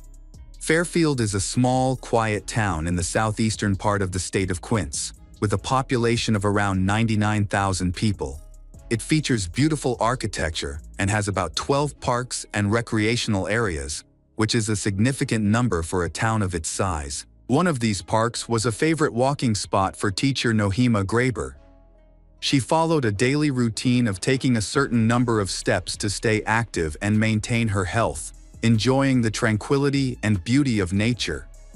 However, on November 2, 2021, after finishing her workday, Nohema was tragically killed, leaving the residents of Fairfield in shock and fear. What a devastating event for their once peaceful town. Nohema was born on November 10, 1954, in Jalapa, Mexico, where she grew up in a loving family. From a young age, she was known for her openness and kindness.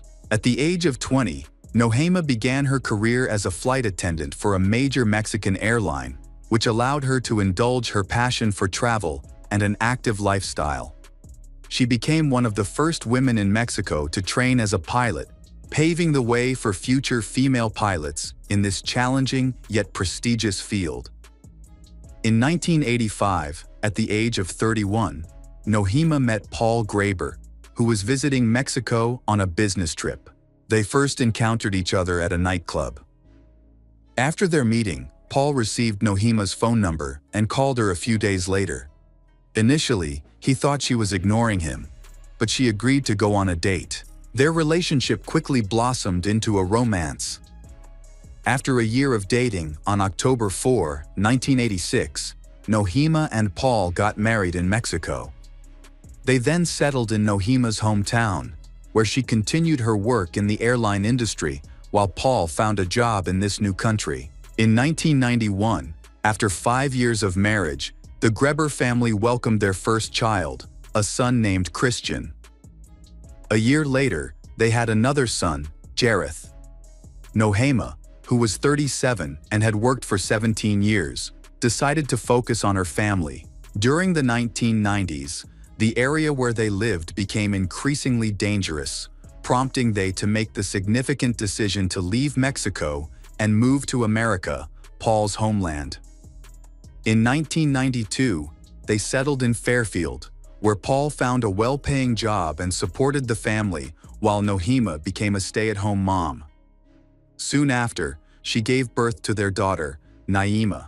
Nohema quickly adapted to life in the U.S. and began attending St. Mary's Catholic Church, where she made a donation and eventually became a community leader. As time went on, their children grew up and began to move out, leaving Nohema feeling bored and lacking purpose. Once she turned 50, she decided to pursue further education and enrolled at Westland University in Mount Plant, Iowa. There, she earned a degree in English and a teaching certificate. Nohema then secured a job at a high school in Atashtat, Iowa, where she taught Spanish for several years, gaining valuable experience. In 2012, Nohema began teaching at Fairfield High School.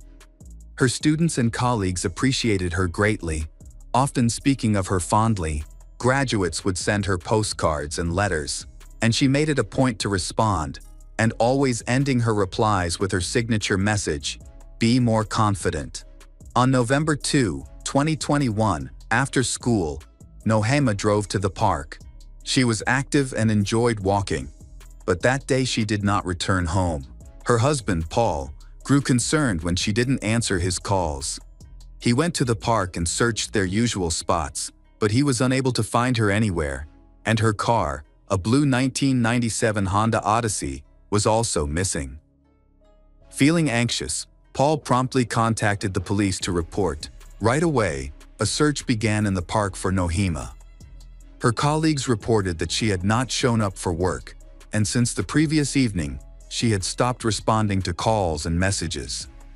Meanwhile, students contacted the police with information about their classmate. They revealed that the night before, he had shared disturbing photos on social network. These photos were sent by Jeremy Goodale, a 16-year-old student at Fairfield High School. Born in 2005, Jeremy grew up in a dysfunctional family with 4 older siblings. His parents frequently argued and were often absent, leaving the older children to care for the younger ones. Eventually, the parents divorced, the mother moved in with another man, leaving her children behind to live with their father in the family home.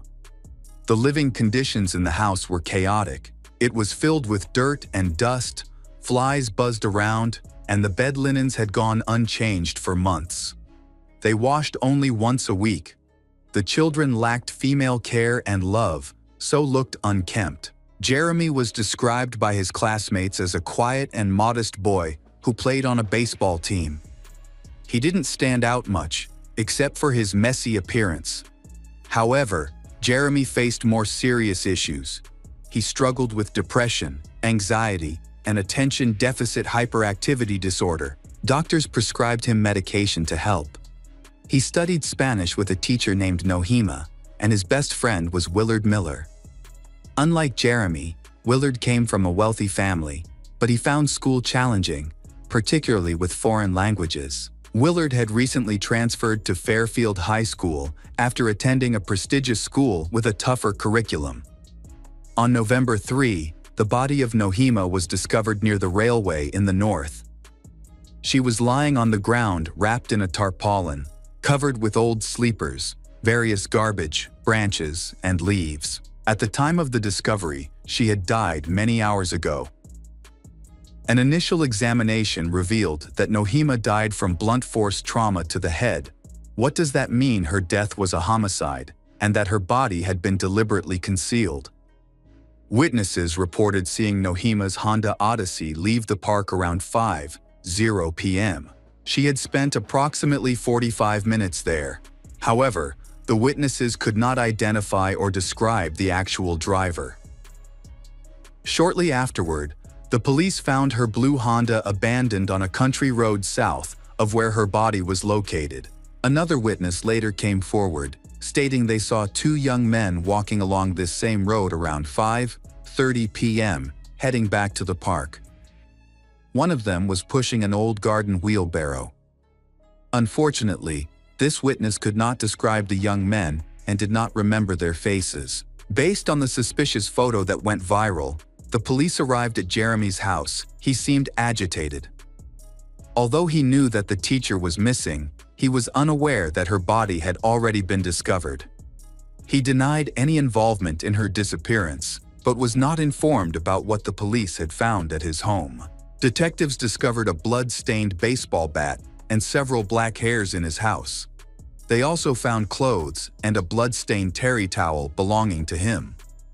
On Jeremy's phone, they found a text file titled "Preparation," which detailed the items needed for a planned act, including rubber gloves, wet wipes, a backpack, a bag, a blanket, a garden wheelbarrow, and other supplies.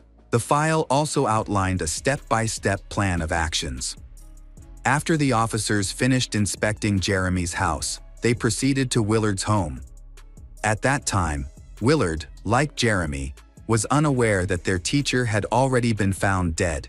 Willard remained calm during the police questioning and readily discussed how he and Jeremy had walked in the local park the previous evening. However, he became visibly nervous when the conversation shifted to Nohema.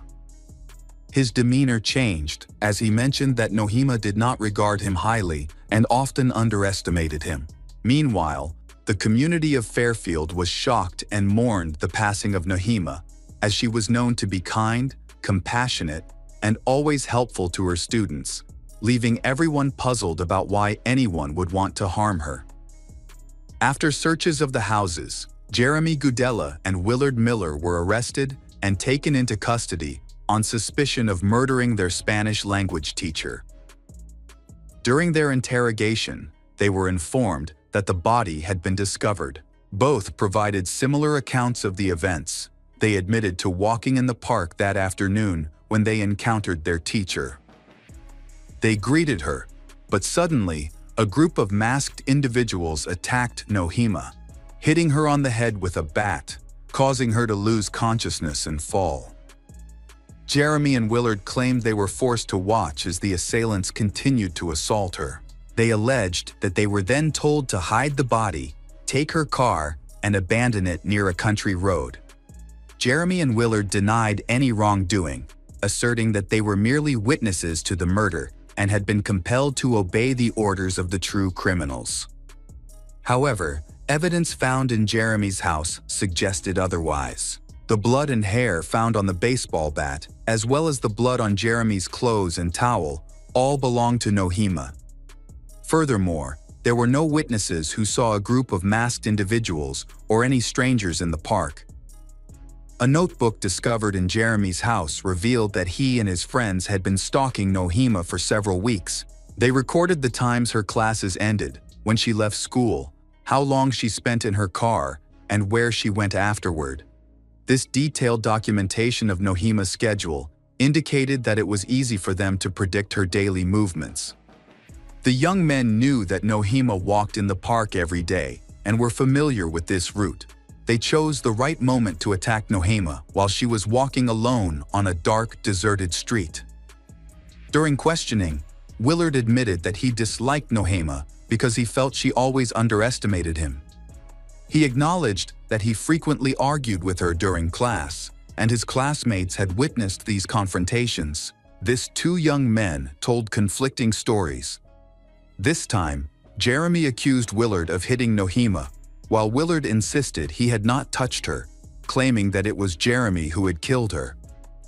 During the investigation, the investigators was uncovered that on the day of the incident, Jeremy and Willard went to a park and concealed themselves in an out-of-the-way spot while they waited. When Nohema arrived, one of them struck her on the head with a bat, causing her to lose consciousness and collapse. The two then dragged her off the path and took turns assaulting her until she died. Afterward, they covered her body with branches and leaves before fleeing the scene in her car, which they abandoned on a country road. While walking, they made their way to Willard's house, where they took a garden wheelbarrow, a shovel, and a tarpaulin. They returned to the crime scene, wrapped the victim in the tarpaulin, placed her in the wheelbarrow, and transported her to the railroad tracks. There, they concealed the body by placing old railway sleepers, garbage, branches, and fallen leaves on top. Once the body was hidden, Jeremy and Willard returned home and attempted to clean up any evidence of their crime, believing they would never be discovered.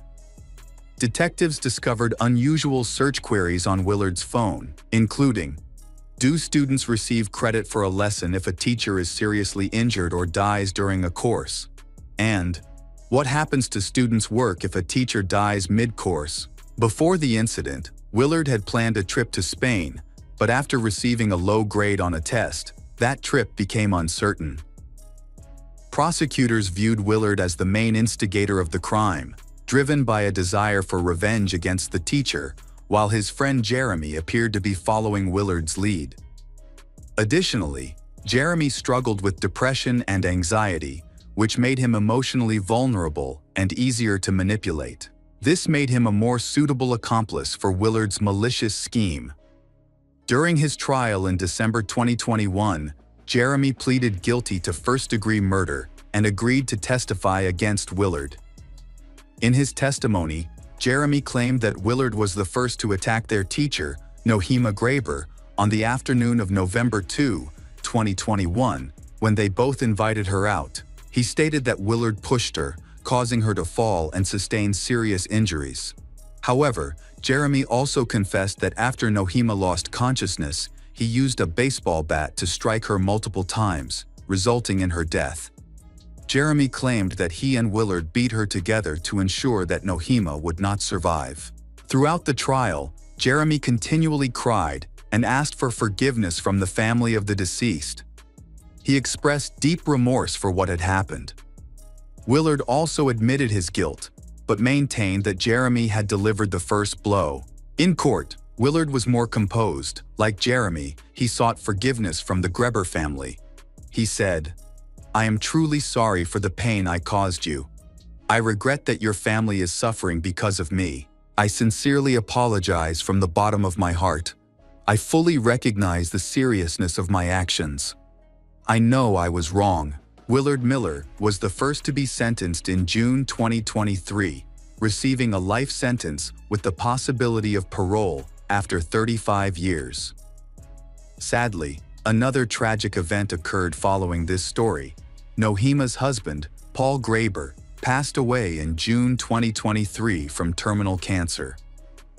Paul, 68, was buried the day before Willard's verdict was announced, and he never saw his wife's killers face justice. Paul's family and friends reported that he was deeply affected by his wife's death. They believed that if Nohema had been alive, she would have noticed Paul's illness early and sought timely treatment, which might have saved his life. In November 2023, Jeremy Goodale was found guilty in connection with the case of Nohema and sentenced to life in prison, with the possibility of parole after 25 years. During the trial, Jeremy was so distraught that he experienced a nosebleed and cried. He expressed regret, saying, "I wish I could turn back time to prevent this loss and the pain I caused the family. It was the worst decision of my life, and I take full responsibility for what I did." Nohema Graber had 3 adult children, brothers, sisters, nephews, and nieces, who certainly miss their beloved and caring mother. They fondly remember their mother and father.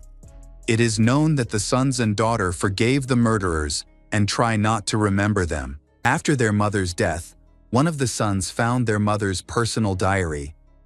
In it, she wrote short notes about her life, expressing that she loved teaching and adored her students very much.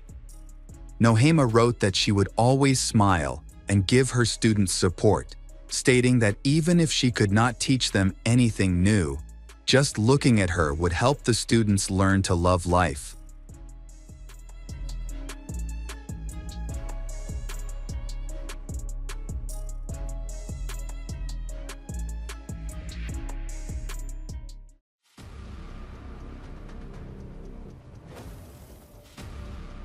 Welcome back to our channel. Today we will explore a new case.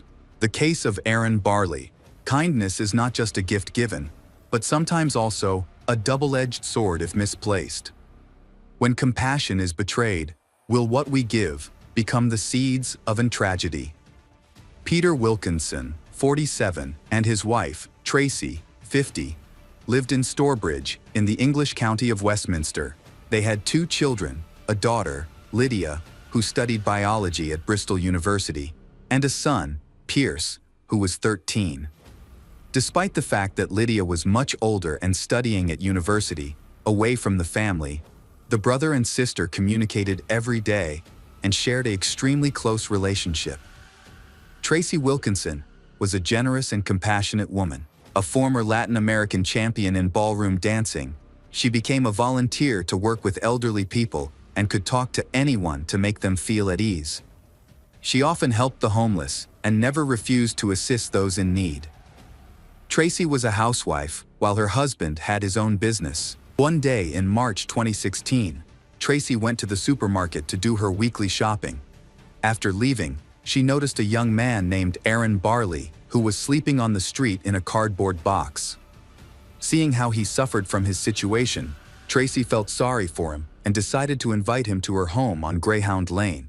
Aaron had dinner with the Wilkinson family, and Tracy decided to do everything in her power to help him get back on his feet.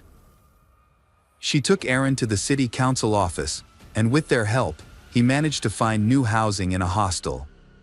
From that moment, Tracy always tried to ensure that Aaron had hot and fresh food. Such care and concern were extremely rare for Aaron, as his life had been chaotic from the very beginning. Born in 1993 as a result of incest, his parents were his uncle and niece, with a 19-year age difference.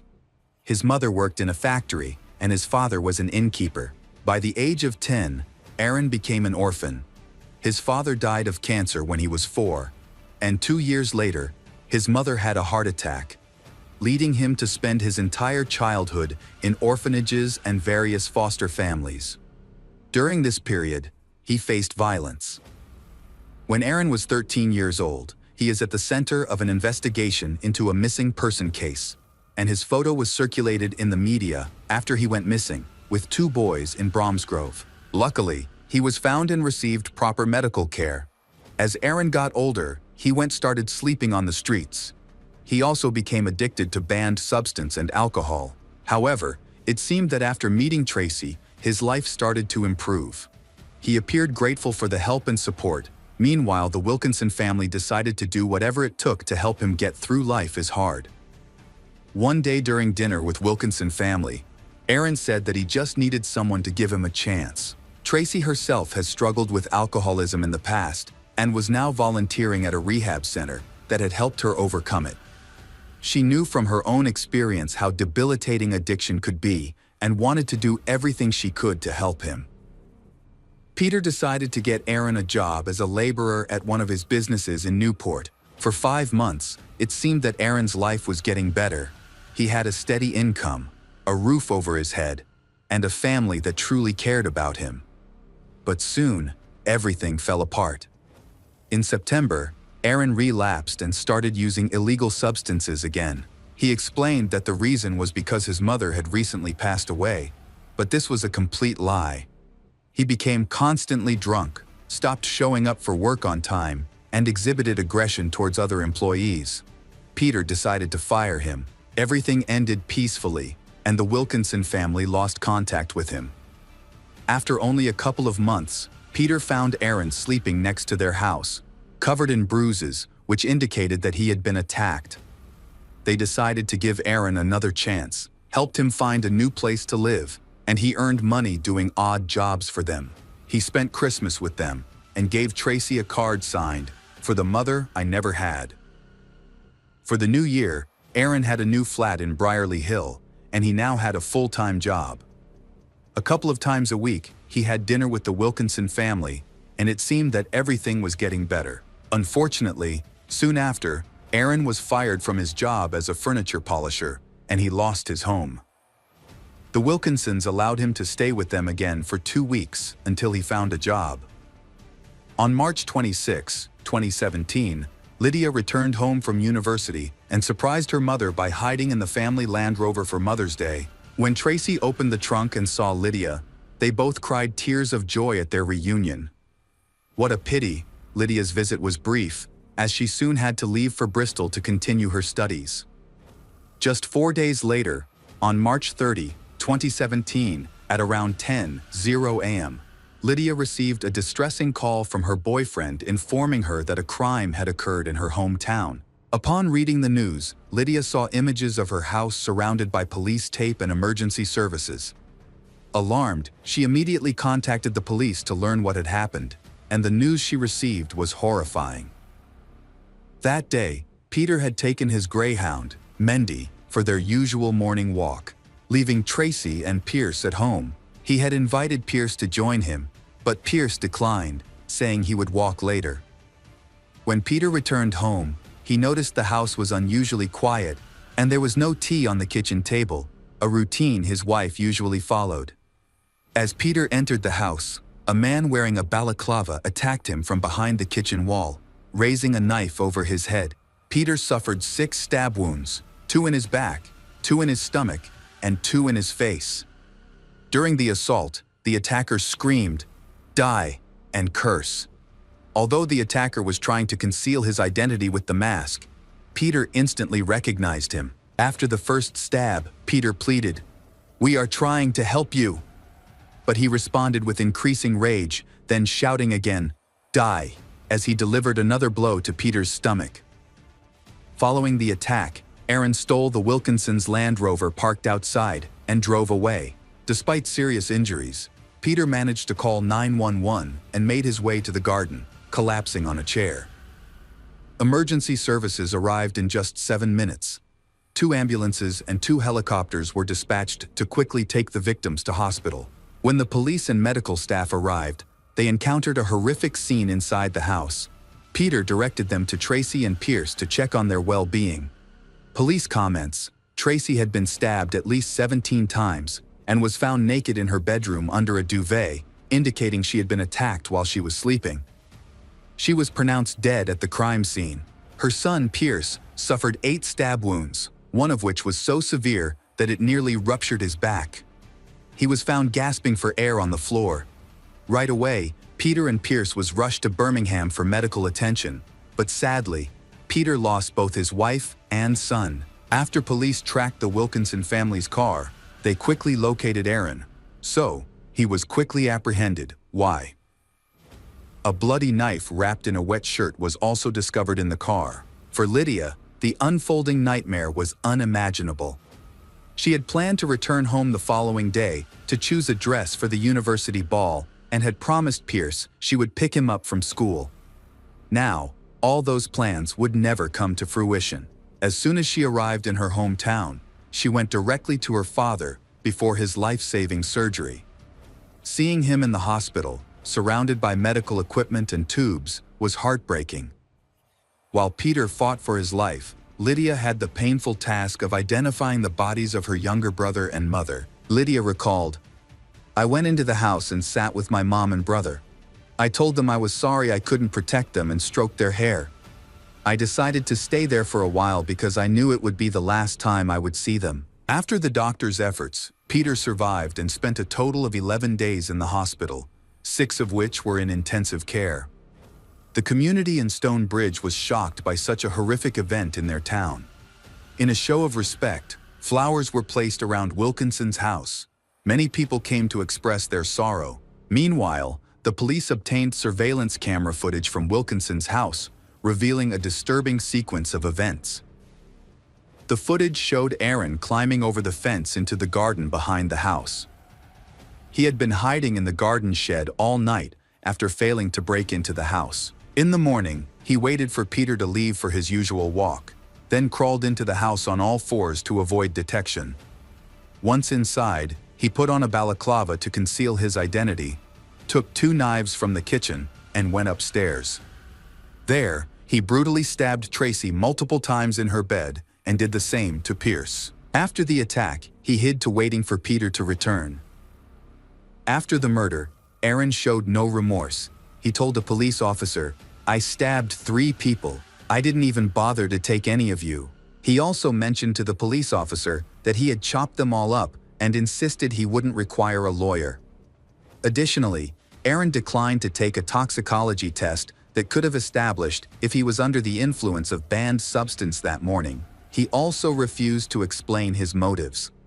While in custody, he boasted about killing a mother and her son, and expressed satisfaction that they were dead. His only regret was failing to kill Peter. One uncertainty is why he committed this crime. Less than a week before the murder, the Wilkinson family ended their contract with Aaron's phone service because he hadn't contacted them for 3 weeks. Tracy had also mentioned to friends that she saw Aaron peering over their garden fence and had wished for his disappearance from their lives. Investigators said, Aaron has a long history of violent and antisocial behavior. At the age of 11, he was abandoned by his foster family because of his aggressive actions towards other children. As he grew older, his violence escalated, particularly towards residents in the nursing home where he lived, and he claimed to be very disturbed. He frequently got into fights and even stole a staff member's car. At one point, he made a list of people he wanted to kill. Aaron has 21 prior convictions, the first occurring when he was just 12 years old for causing serious injury. His other offenses include assaulting a police officer, using illegal banned substance, and possessing illegal weapons. He once attacked his ex-girlfriend with a piece of wood, hitting her 50 times, and attempted to stab her after she broke the wood in half. For this assault, he was sentenced to 3 years in prison at the age of 18. Volunteers at the rehabilitation center where Aaron was held reported that he expressed a desire to kill someone with a knife. They also noted that he had 2 main goals: to kill a prison officer and to kill a police officer. However, his comments were largely dismissed since they believed he made these statements while under the influence of illegal banned substance. Before, he attended a special school, but his social interactions were limited, as everyone who knew him avoided him. Additionally, a police report was filed against him after his former foster guardian became alarmed by his Facebook posts. In one of these posts, he threatened his former family, with whom he claimed he hadn't spoken in years, and expressed a desire for specialized help, warning that he might commit mass murder if he didn't receive it. In February 2017, just a month before he murdered the Wilkinson family, he met with a project employee for support. This employee concluded that Aaron sought to manipulate the people around him and to have absolute control over them. calculating every step he took. In one of his text messages, Aaron wrote that he was a beast, adding, "Stay a beast, change the victim." On Wednesday, June 7, 2017, Pierce and Tracy Wilkinson's funeral was held at St. Mary's Church. Lydia and Peter decided to bury both of their loved ones in the same coffin. The priest who presided over the ceremony was moved to say, "You may be surprised to see only one coffin, but they are forever inseparable, just as they were together when they were alive." On the first day of his trial at Birmingham Crown Court, Aaron pleaded guilty to 2 counts of murder and 1 count of attempted murder. As the judge read the charges against him, Aaron rocked back and forth in the dock and shouted, "I did what I did. I don't have to stand here and lie." Psychiatric evaluations found no grounds for mitigating Aaron Barley's guilt. Prosecutor Kareem Khalil described Aaron as deceitful and manipulative. One of Aaron's former caregivers noted that he could be sensitive and caring, but he could also be cruel and threatening. A former resident of the nursing home where Aaron lived said that, aside from anger, he rarely showed any emotion.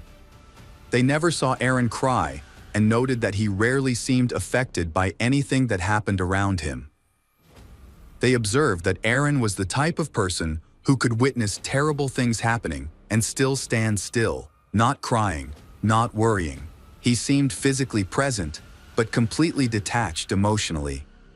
Aaron's attorney argued that Aaron's childhood was unstable, preventing him from staying in one place for long. He claimed that Aaron had borderline personality disorder and felt abandoned by his family. However, this diagnosis was never confirmed because it was widely acknowledged that the Wilkinson family had treated him with exceptional kindness. In court, Lydia Wilkinson confronted Aaron, stating, "My parents helped you, and you repay them with emotional suffering. You ruined lives and took half of my family away. I have become a shadow of my former self. Sometimes I wake up wishing I wasn't here. What did they do to deserve such a fate?" She also expressed that she would never forgive Aaron for his actions. After her statement, it appeared that Aaron began to cry and softly said, "And I'm very sorry." The judge commended Lydia for her courage and maturity, noting that she had shown strength beyond her years. However, he pointed out that Lydia was struggling with anxiety attacks and could no longer be left alone. Peter, who also testified, expressed confusion about Aaron's actions, saying, "We have no explanation for what he did. He chose to take out his frustrations on the people who cared for him. I wish I had never met him. I wish my wife hadn't seen him in the cardboard box." Aaron Barley was sentenced to life in prison with a minimum of 30 years before he would be eligible for parole. While the judge gave him this opportunity, she also warned him that Aaron might never be released, depending entirely on his behavior and rehabilitation while serving his sentence. However, Aaron remained expressionless throughout the trial, showing no reaction. The 3-judge panel then decided to increase the minimum sentence to 35 years, reflecting the severity of Aaron's crimes. Now, Aaron will only be eligible for parole after serving at least 35 years and proving that he is no longer a threat to society. Whether or not he will ever be free is a question that only time will tell. Peter and Lydia continued to live in their home on Greyhound Lane. Peter said, "This is our home, and we couldn't let him take anything else away from us. We love this house. It's like a family home that we built ourselves, and we love living here." They also received support from a local priest, who blessed each room in the house. Lydia returned to university with the hope of becoming a medical researcher. She said she wanted to continue the work her mother would do, helping and supporting others, and that it was important to her to focus her energy on making something positive out of the tragedy. Lydia raised £133,000 British pounds for Birmingham Children's Hospital, which fought so hard to save her brother's life. While the loss of Tracy and Pierce can never be replaced, but their legacy will live on through the children that Lydia's organizations have cared for.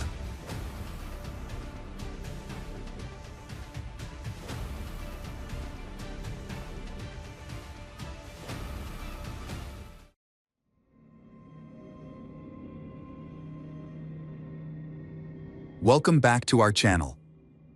Today we will explore a new case. The case of Debany Escobar. These events took place in the state of Nuevo León, Mexico on April 9, 2022. A disturbing image appeared on social media. In the photo, a young girl was standing on the side of the road. She was wearing a white top, brown shorts, and black Converse shoes, and her hair was down. The caption of the post with the photo said, "Yes, it's true." The girl's name was Debany Escobar. She was 18 years old. The last time she was seen was late on the night of April 9 after a party where she was with her friends. It all started on Friday, April 8, when Debany, a student at the Faculty of Law at the University of Nuevo León in Monterrey, decided to go for a walk with her friends. At about 11 p.m., she left her house. Two of her friends, Sarai and Vaughn, met her on Simon Bolivar Street to go to a party together. At 11:30 p.m., a CCTV camera from one of the stores recorded how the three girls were buying drinks. They were there for some time and then decided to go to the party just a few blocks away. However, upon arrival, they found themselves in an unpleasant situation, which led them to decide to go to another party taking place at the Quinta Diamante estate in General Escobedo. They ordered a taxi using the Didi app, which came to pick them up at 12:49 a.m. When they arrived at the location, it became clear that the party had already ended. However, the girls noticed that not far away, on the same street, another party was taking place, called Cantal Diamante. The surveillance Sierra footage shows the girls getting out of a white Kia Rio at 1:20 a.m.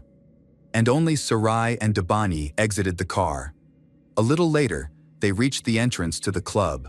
After 9 minutes, the camera filmed Debany walking in the opposite direction from the entrance.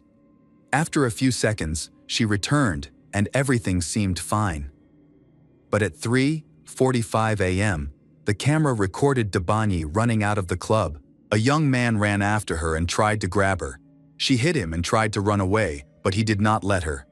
After that, they began to quarrel, and another guy came out to witness the altercation. After that, the girls called a familiar driver to pick them up. The driver informed her that he was nearby and would arrive in 10 or 15 minutes. A moment later, when the driver arrived, Debany got in the car, leaving her friends behind. Another camera recorded the car, showing that Debany was arguing with the driver.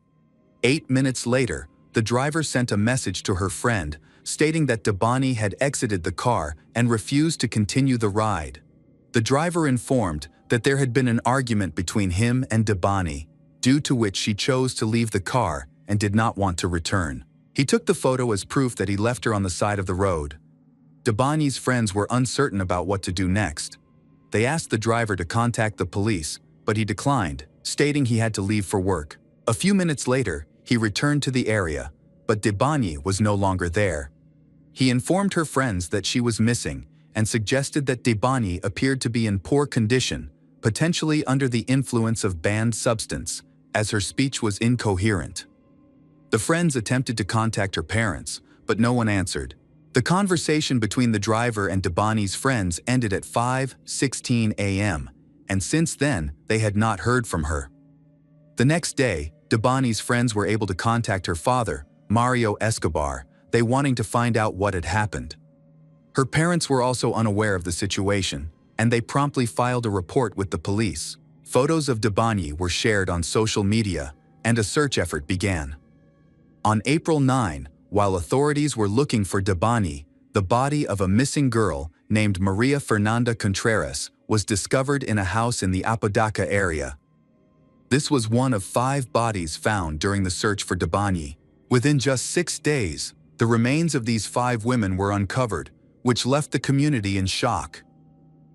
2 days after Debany went missing, a girl who was also at the party that Debany attended told on her Instagram that some people tried to help Debany and offered to take her home so that she could come to her senses.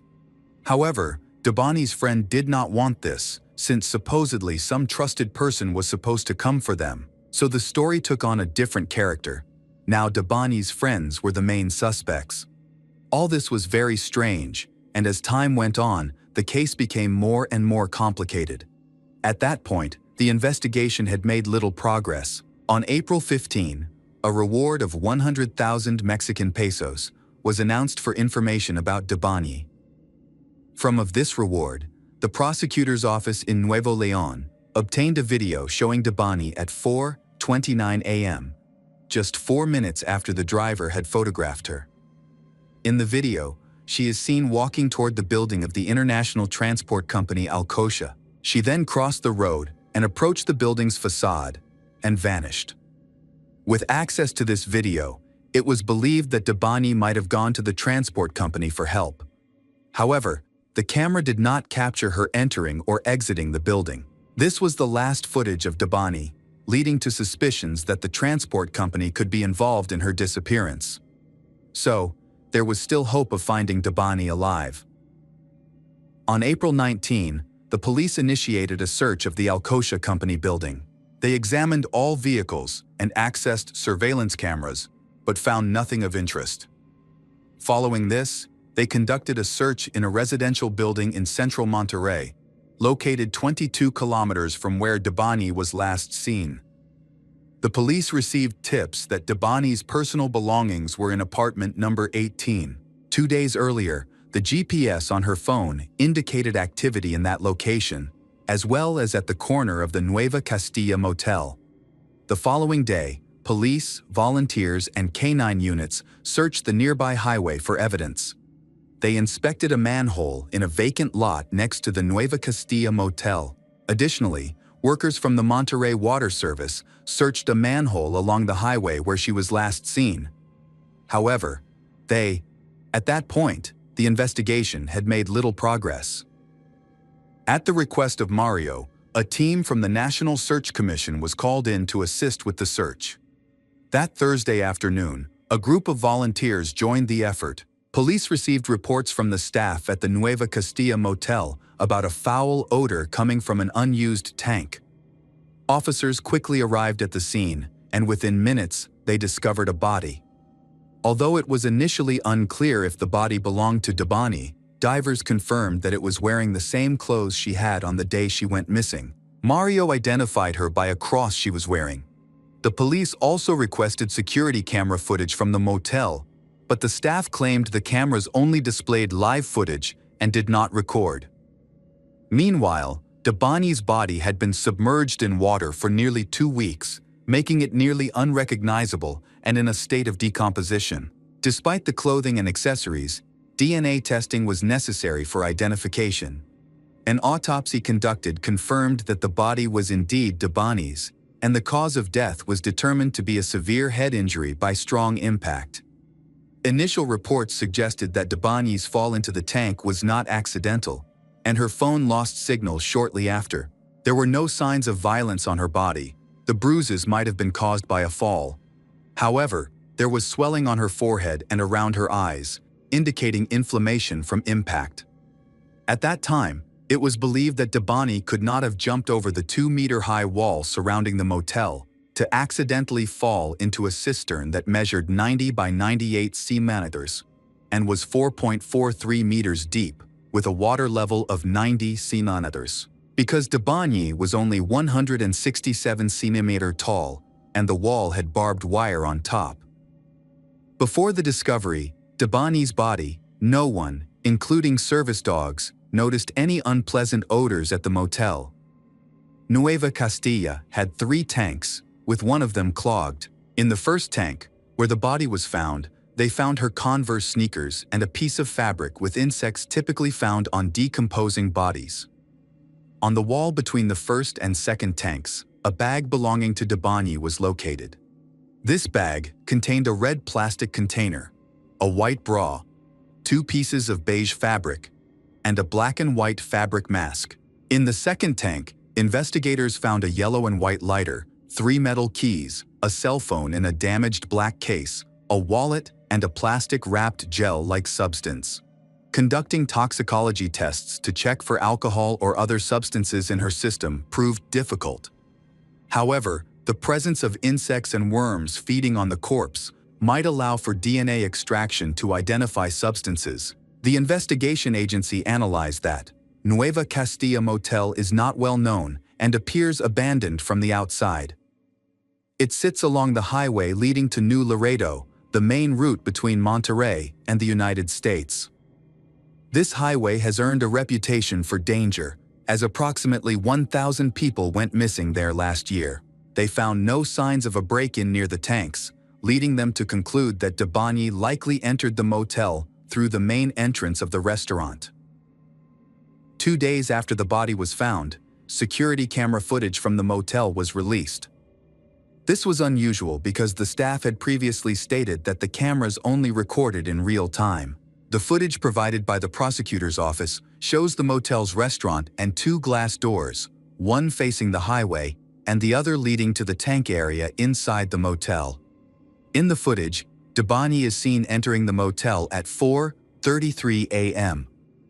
Another camera captures her running to the motel, going around the restaurant, and reaching the glass door. When she noticed no one was there, she dashed to the corner of the restaurant, where she stayed for about 20 minutes. Then, she ran again along the wall of the hotel. This was the last confirmed sighting of her alive. Following a review of the surveillance footage, the prosecutor's office requested that the motel be placed under check. Investigators discovered that an outdoor camera at a neighboring restaurant recorded a car parked at the Nueva Castilla motel, where a man entered. They was believed that this man took Debani away in that car. Days later, the car was identified, and the man who got in was also revealed. However, after being questioned, he was declared innocent of the case. Meanwhile, Mario sought external assistance to carry out a second autopsy and compare its findings with those of the first. Everyone was left wondering why Debani exited the taxi that was supposed to take her home. New footage that surfaced in the media suggested that her departure might have been prompted by harassment from the taxi driver. In the video, the driver is seen extending his right hand toward the girl's chest, leading to speculation that she left the car due to his inappropriate behavior. In response to these allegations, taxi driver Juan appeared in the media on April 27 to share his side of the story. In the interview, Juan David denied any harassment, explaining that the footage actually captured him handing Debani a phone charger because her phone battery had died. And he said his conversations with Debani's friend, he shared an audio recording he made while Debani was in his car. In the recording, she states, "My parents deserve the truth." Juan explained that she got into the car because she felt her friends from the party were bad influences. They didn't want to see her off. Debani started crying, and Juan noted that she appeared to be in distress, possibly under the influence of banned substance, as her speech was unclear. He mentioned that, when he requested her home address to take her there, but she didn't respond. He then asked her friend for Debani's mother's phone number, but they didn't have one. While driving on the highway, Debani unexpectedly asked him to stop the car and then exited. Juan tried to persuade her to return while she stood by the roadside, but she did not come back. Then, he took a photo of Debani and sent it to Debani's friends to alert them to her location. 2 of Debani's friends also gave an interview on television. The girls mentioned that at the party, Debani was aggressive and did not accept help from anyone. She asked to be left alone. Sarai learned that Debani had a disagreement with a group of people who wanted to take her home, which caused her to act oddly. Her friends suspected that something was wrong with her drink at the party, leading to her withdrawal from socializing with others. Eventually, she ran out of the club, and some guys tried to stop her. Others also came out to assist Debani, but she reacted aggressively and insisted that they leave her alone. She mentioned that her parents were lawyers and offered money to anyone who would let her be. The girls ordered a taxi, using the same driver they had trusted before. When the taxi arrived, only Debani got in, while this driver is different from the driver they want to see again. After leaving the party, the girls attempted to call Debani's father multiple times between 3:50 a.m. and 4:30 a.m., but he did not answer. It wasn't until 8:35 a.m. that they finally reached him to ask if Debani had made it home, only to discover that she was missing. One significant piece of evidence that prompted further investigation was a promotional video from the motel, which featured a song. The video not only showcased the motel, but also zoomed in on room 174. This raised suspicions that a motel worker might have been hinting at what happened in that room. As a result, the initial search lasted about 7 hours and yielded some evidence, along with previously overlooked surveillance footage. At the request of Debani's parents, room 174 was examined for blood traces, both inside the room and in the parking lot. The prosecutor's office announced that 5 individuals present at the motel that night have already been interviewed. A white truck was noted to have arrived shortly after Debani entered the hotel grounds. However, the last 8 or 9 minutes of the footage were missing, and they might contain crucial clues for solving the case. Experts are currently working to recover the potentially deleted records. On May 5, it was reported that Debani's ID, stolen from her 2.5 months prior during a robbery, was discovered. A resident of Building 15, where a search had already taken place, found the ID in a flower bed of the residential complex. Nonetheless, this find has not yet contributed to solving the case. Then, new information was reported in the media. Mario accused the Nuevo Leon prosecutor's office of hiding the results of a second autopsy on Debani's body. In there, the findings indicate that she did not suffer multiple blows to the head from blunt objects. However, medical examiners noted bruises on both sides of her head, her forehead, both eyelids, the left side of her nose, her lips, and around her ears. The report suggests that the varying severity of head injuries was likely caused by external impact, pointing to the likelihood that these injuries were inflicted by another person, this indicating a violent death rather than an accident. Furthermore, it was determined that Debani died before entering the water, as no water was found in her lungs. The report also revealed bruises and hematomas in the genital area, suggesting abuse violence. It dismissed the possibility of strangulation, since there were no injuries to her neck. This has highlighted the persistent negligence of the police. It is troubling that, in today's world, the authorities are not trustworthy. The case of Debani Susana Escobar is not only a personal tragedy, but also a powerful reminder of the violence against women in Mexico. To date, no one has been arrested or charged in connection with her death, leaving her family and the public questioning the justice system and the safety of women in society. Debani has become a symbol of the fight against gender-based violence, a problem that affects an average of 10 women every day in Mexico. Despite protests and constant pressure from the community, the investigation and prosecution process has been slow, leaving the quest for justice for these young women a significant question mark. Debani's death has not only left her family heartbroken, but has also sparked outrage and a determination for change in society. But will this voice and struggle be enough to bring justice and end similar tragedies? The answer still lies in the future.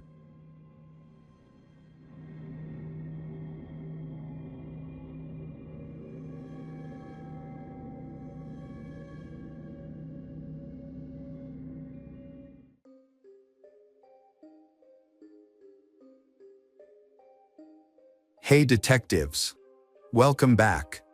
We've got another mysterious case to explore. The case of Russell Rusty and Rebecca Becky Porter.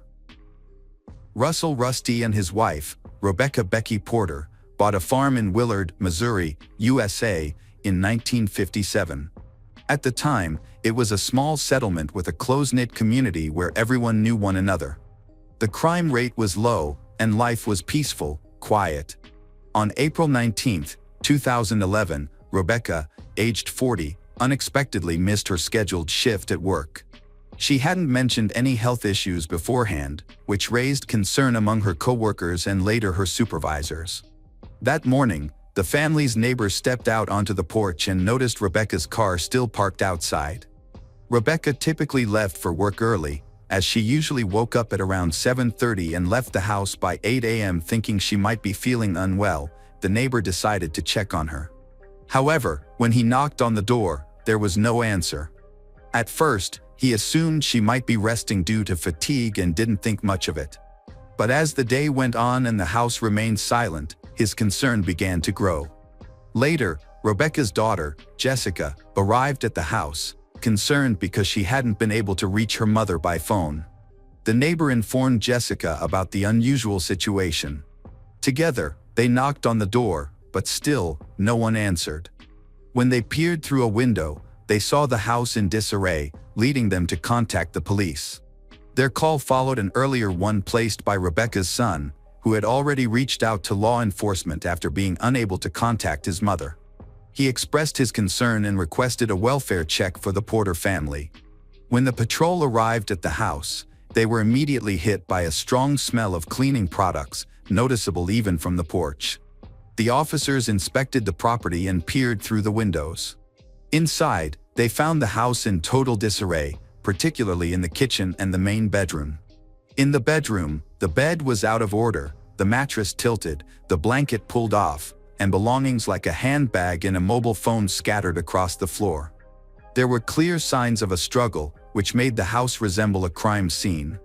In the kitchen, they discovered a cut window screen, suggesting it might have been used as the entry point for a burglary. The situation seemed to point to a break-in. However, upon entering the house, the officers uncovered something that didn't support the burglary theory. Surprisingly, many valuable items were untouched despite the chaotic state. Rebecca and Russell were nowhere to be found, fueling suspicions of foul play. The police's findings prompted them to seal off the area and launch an investigation into possible kidnappings. When Rebecca's son arrived at the farm, he assisted the police by providing helpful insights. What deeply concerned him was the presence of his stepfather's medication, which was still at the house. Russell, his stepfather, relied on these pills every day after medical treatment, and Russell would never leave them behind if he left the house. Rebecca's wallet, which she always carried with her, was found in the marital bedroom. Her car remained parked outside the house, and inside the car were her bank cards, with the key left in the ignition. This raised serious concerns, as it was clear something alarming had occurred. Although the house had a strong smell of cleaning products, only one bottle of bleach was found, and it was still full. No empty containers of cleaning products were discovered, yet it was evident they had been used very recently. This seemed suspicious. Someone had likely discarded them after use. It appeared the perpetrator had quickly poured bleach over various areas in an attempt to erase evidence, with pools of bleach still visible in some spots. The police found a computer monitor under the table, but the rest of the system was missing. It appeared to have been disassembled, as some wires were still present. Upon investigation, the police discovered that this computer managed multiple cameras located both inside and outside the house. The theft of the system unit meant all the stored data had also been taken. It was clear the perpetrator had stolen the evidence to prevent it from falling into the detectives' hands. Additionally, it was determined that all the cameras were connected to a single security system. The system had sent out an alarm prior to the incident, but no response was received. Investigators noted the unusually large number of CCTV cameras, which covered the entire property without any blind spots. Such extensive security measures in a quiet, safe neighborhood raised suspicions. Many assumed the system was installed to comfort Rebecca, whose nerves and fearfulness had grown with age. However, the situation was concerning since they lived in an area where residents were familiar with one another and serious crimes had not occurred in years. The police theorized that they might have felt threatened or frightened by someone, possibly an enemy, who acted against them. The stolen cleaning products indicated that the criminal might have been trying to erase evidence of blood, leading investigators to fear the worst. However, Rebecca and Russell's children rejected this idea. They argued their parents had no enemies, were peaceful by nature, and rarely engaged in conflicts, let alone provoke someone to commit a crime. The neighbors were also shocked by the news. The Porters were viewed as deeply religious and upstanding people, attending church every Sunday and frequently participating in neighborhood events. They seemed friendly to everyone. However, people who knew the family better informed police about Russell's troubled past. Before meeting Rebecca, he had struggled with alcohol and substance addiction, which raised the possibility of him relapsing into old habits, accruing debts, or associating with dangerous individuals. However, there were no recent signs of such behavior. Rebecca made great efforts to help Russell overcome his problems and prevent relapse. Many neighbors heard these speculations, and rumors began spreading. Some even believed a Mexican cartel might have been involved in Rebecca and Russell's disappearance. Meanwhile, the police explored different possibilities, such as one spouse harming the other and fleeing, or both voluntarily ending their lives together. Bloodstains were discovered in the house despite attempts to clean, reinforcing the police's theory of a violent crime. However, even by the third day of the investigation, there were no concrete leads or evidence. Rebecca and Russell were officially declared missing, and the search efforts intensified. Authorities suspected at least one person had been harmed in the house. Suspicion grew as both spouses had left behind essential personal belongings they used daily, suggesting they might both be victims. Neighbors and friends were left wondering and trying to figure out what had happened to Rebecca and Russell. Everyone was bewildered by their sudden and inexplicable disappearance. As more time passed without any sign of them, anxiety grew among family members and local residents. Disturbing rumors spread throughout the community, creating fear among the public. Approximately 5,000 flyers featuring pictures of Rebecca and Russell were printed. Family members and volunteers distributed them widely, placing them at gas stations, grocery stores, truck stops, and other areas frequented by locals. The local cycling community has joined in a search effort, assisting by interviewing residents for clues to Rebecca and Russell's whereabouts. A reward has been offered, and detectives have been working closely with relatives and friends of the family to gather information about the surroundings, identify possible suspects, such as the kidnapper or killer. They also investigated any recent or past conflicts the Porters might have had with other people. Through this, it was revealed that a family member, Robert Campbell, had been involved in a dispute with Russell. Robert, who drove a pickup truck, lived near the Russells and became the primary suspect in their disappearance. Detectives begin investigating his life and relationships, uncovering a long-standing conflict between him and the Russell family. Their disputes often escalated into heated arguments, and about 3 weeks before Rebecca and Russell vanished, the tension reached a breaking point.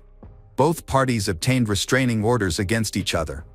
Naturally, detectives approached Robert at his home to question him about the incident leading up to Rebecca and Russell's disappearance. It was revealed that Robert had been claiming ownership of the family farm, even though he had no legal rights to it. Previously, Robert had lived on the property until new owners, Russell, who inherited the farm from his grandfather, and his wife Rebecca, moved in. Robert was upset by this, believing that, as the former owner's son, he was entitled to the property. However, he had been excluded from the will due to strained family relationships. Most of the conflict revolved around the farm. Robert proposed splitting the farm with Russell, but Russell refused and presented the ownership documents.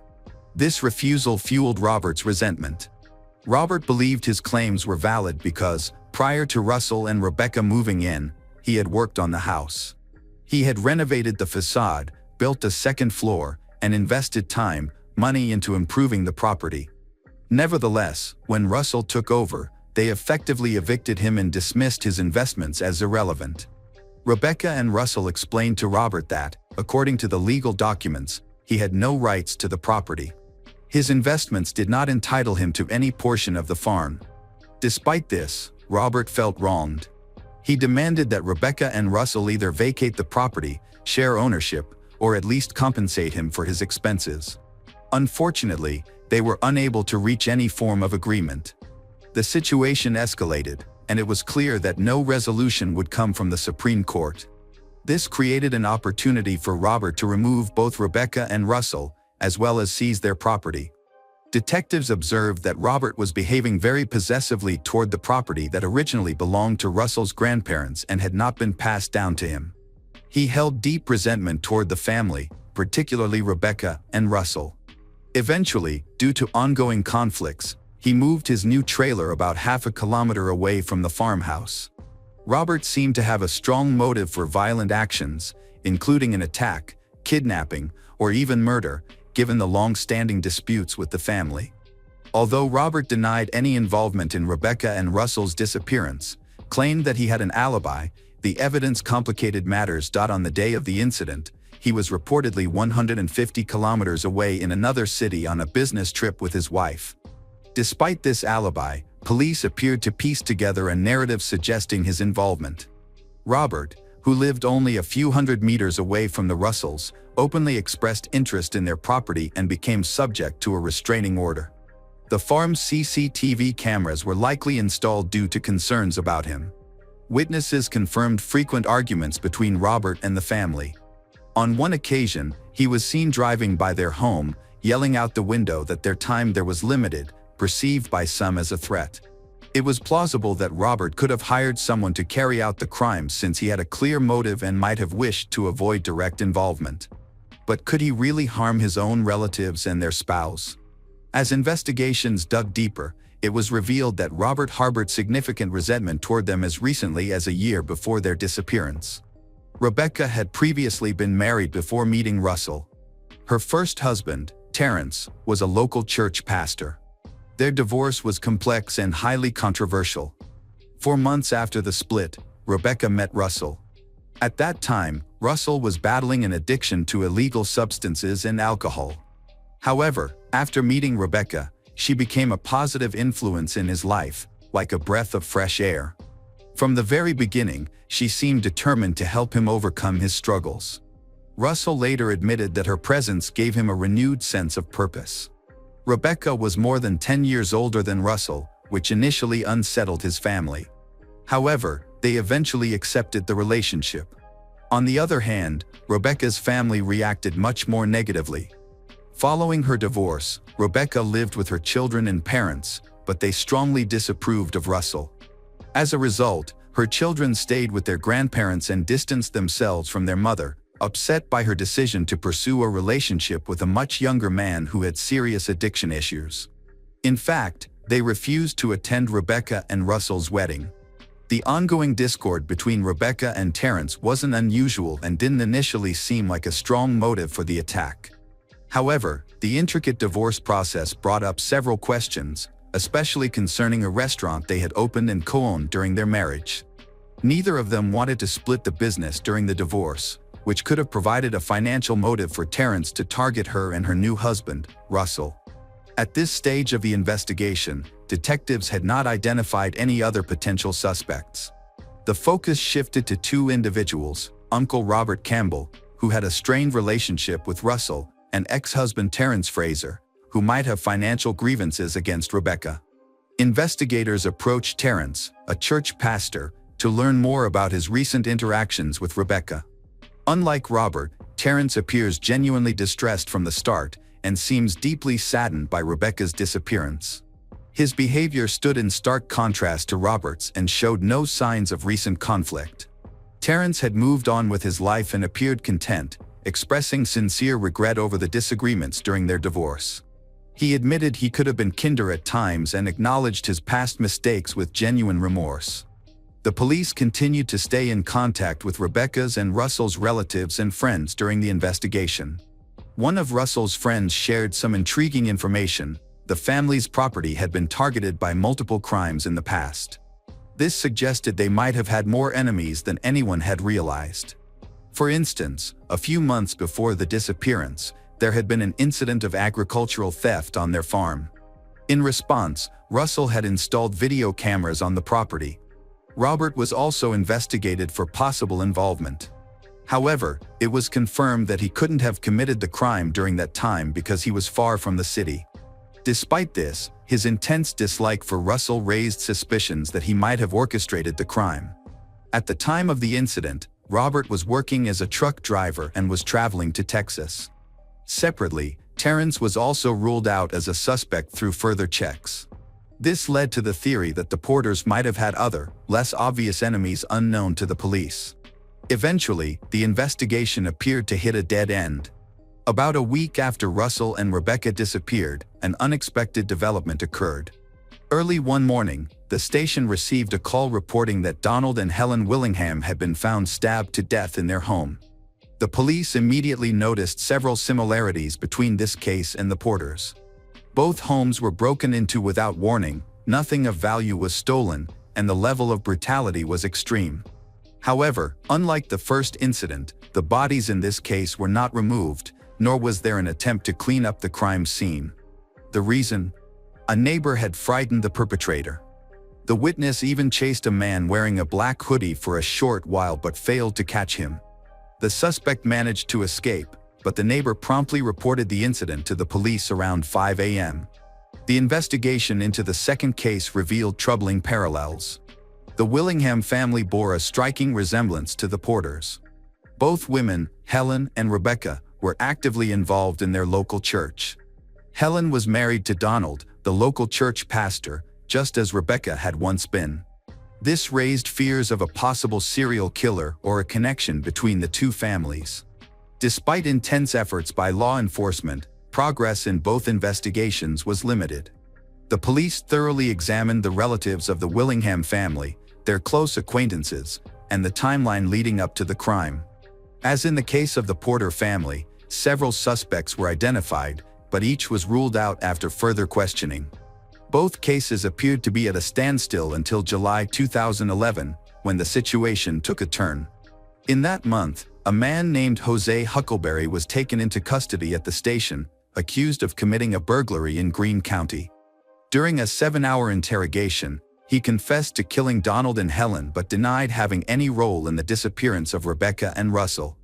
Eventually, investigators confirmed he could not have been responsible for the Porters' disappearance, as he had a solid alibi. Both the cases of the Porter family and the Willingham family exhibit striking similarities and notable differences, particularly regarding the motives and methods of the murderer. As a result, Jose was removed from the list of suspects in the Porters family case. Later, a police informant who had recently been released from prison claimed to possess valuable information regarding the disappearance of Rebecca and Russell. The informant stated that a prisoner named Tony had boasted during a conversation that he took away the birthdays of Rebecca and Russell, a phrase in criminal slang meaning that he killed them. Although the detectives were skeptical of this claim, they decided it was worth continuing to investigate the lead. The police began investigating Tony. They first reviewed the location data from his mobile phone to determine whether he might have been near the Porters family's residence on the night of their disappearance. In parallel, they delved into Tony's background. The inquiry revealed that he had a history of burglary, primarily targeting electronics and household appliances. Notably, his criminal patterns seemed to align with the theft of items from the Porter family's home, including a computer system unit, potentially linking him to the case. At the time of the investigation, Tony was in jail awaiting charges for another burglary. Detectives arranged to speak with him directly, but Tony denied any involvement in Rebecca and Russell's disappearance.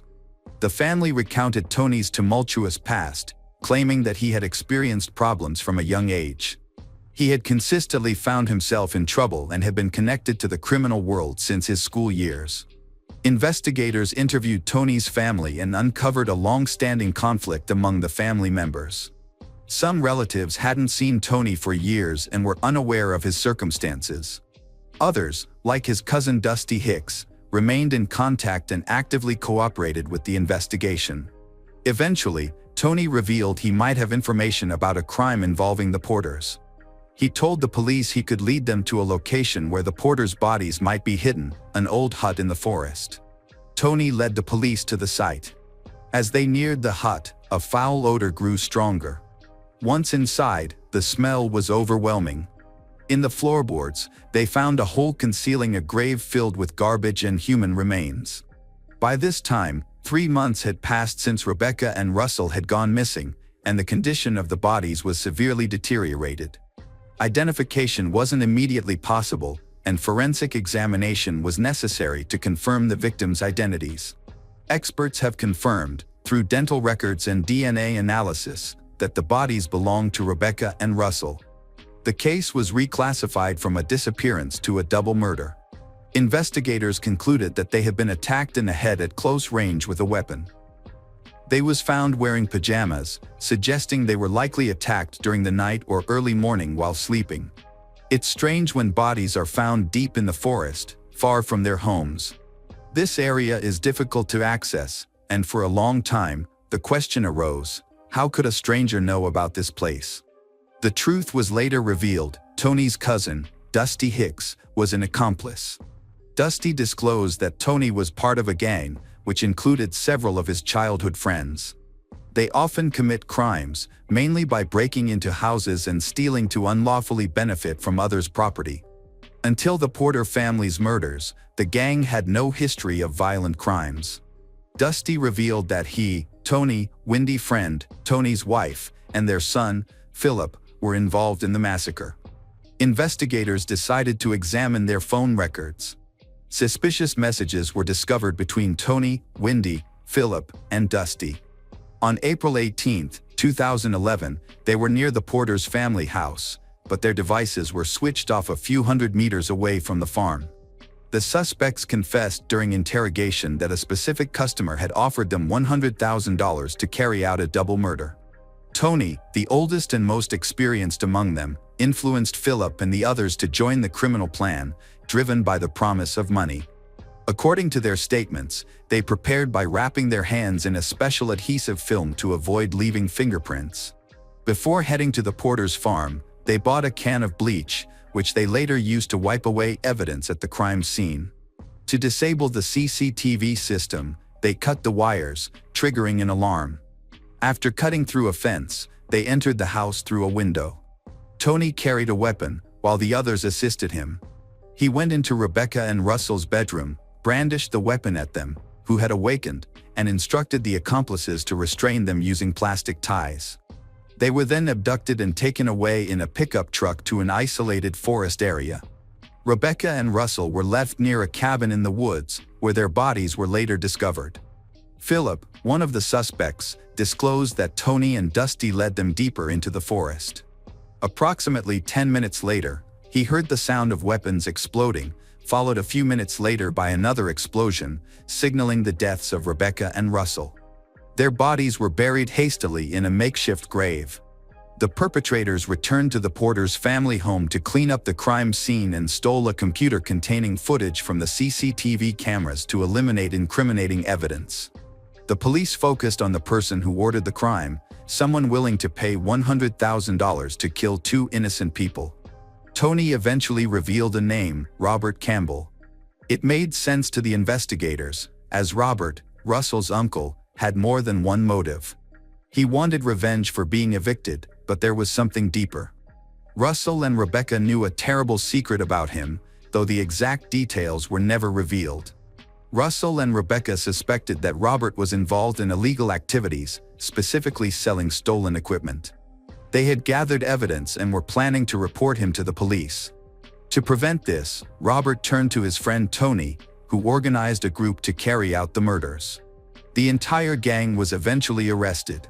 Although Robert denied any involvement, insisting that he hadn't done it, the police dismissed his claims. The prosecutor charged all 5 individuals involved.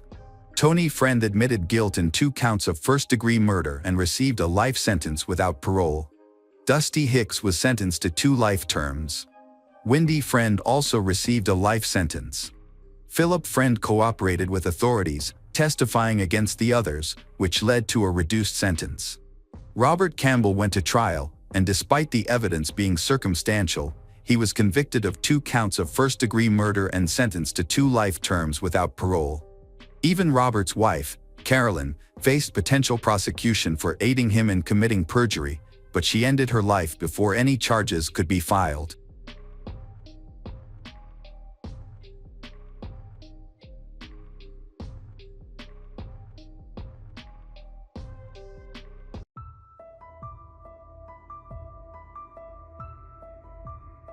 Hello, crime enthusiasts.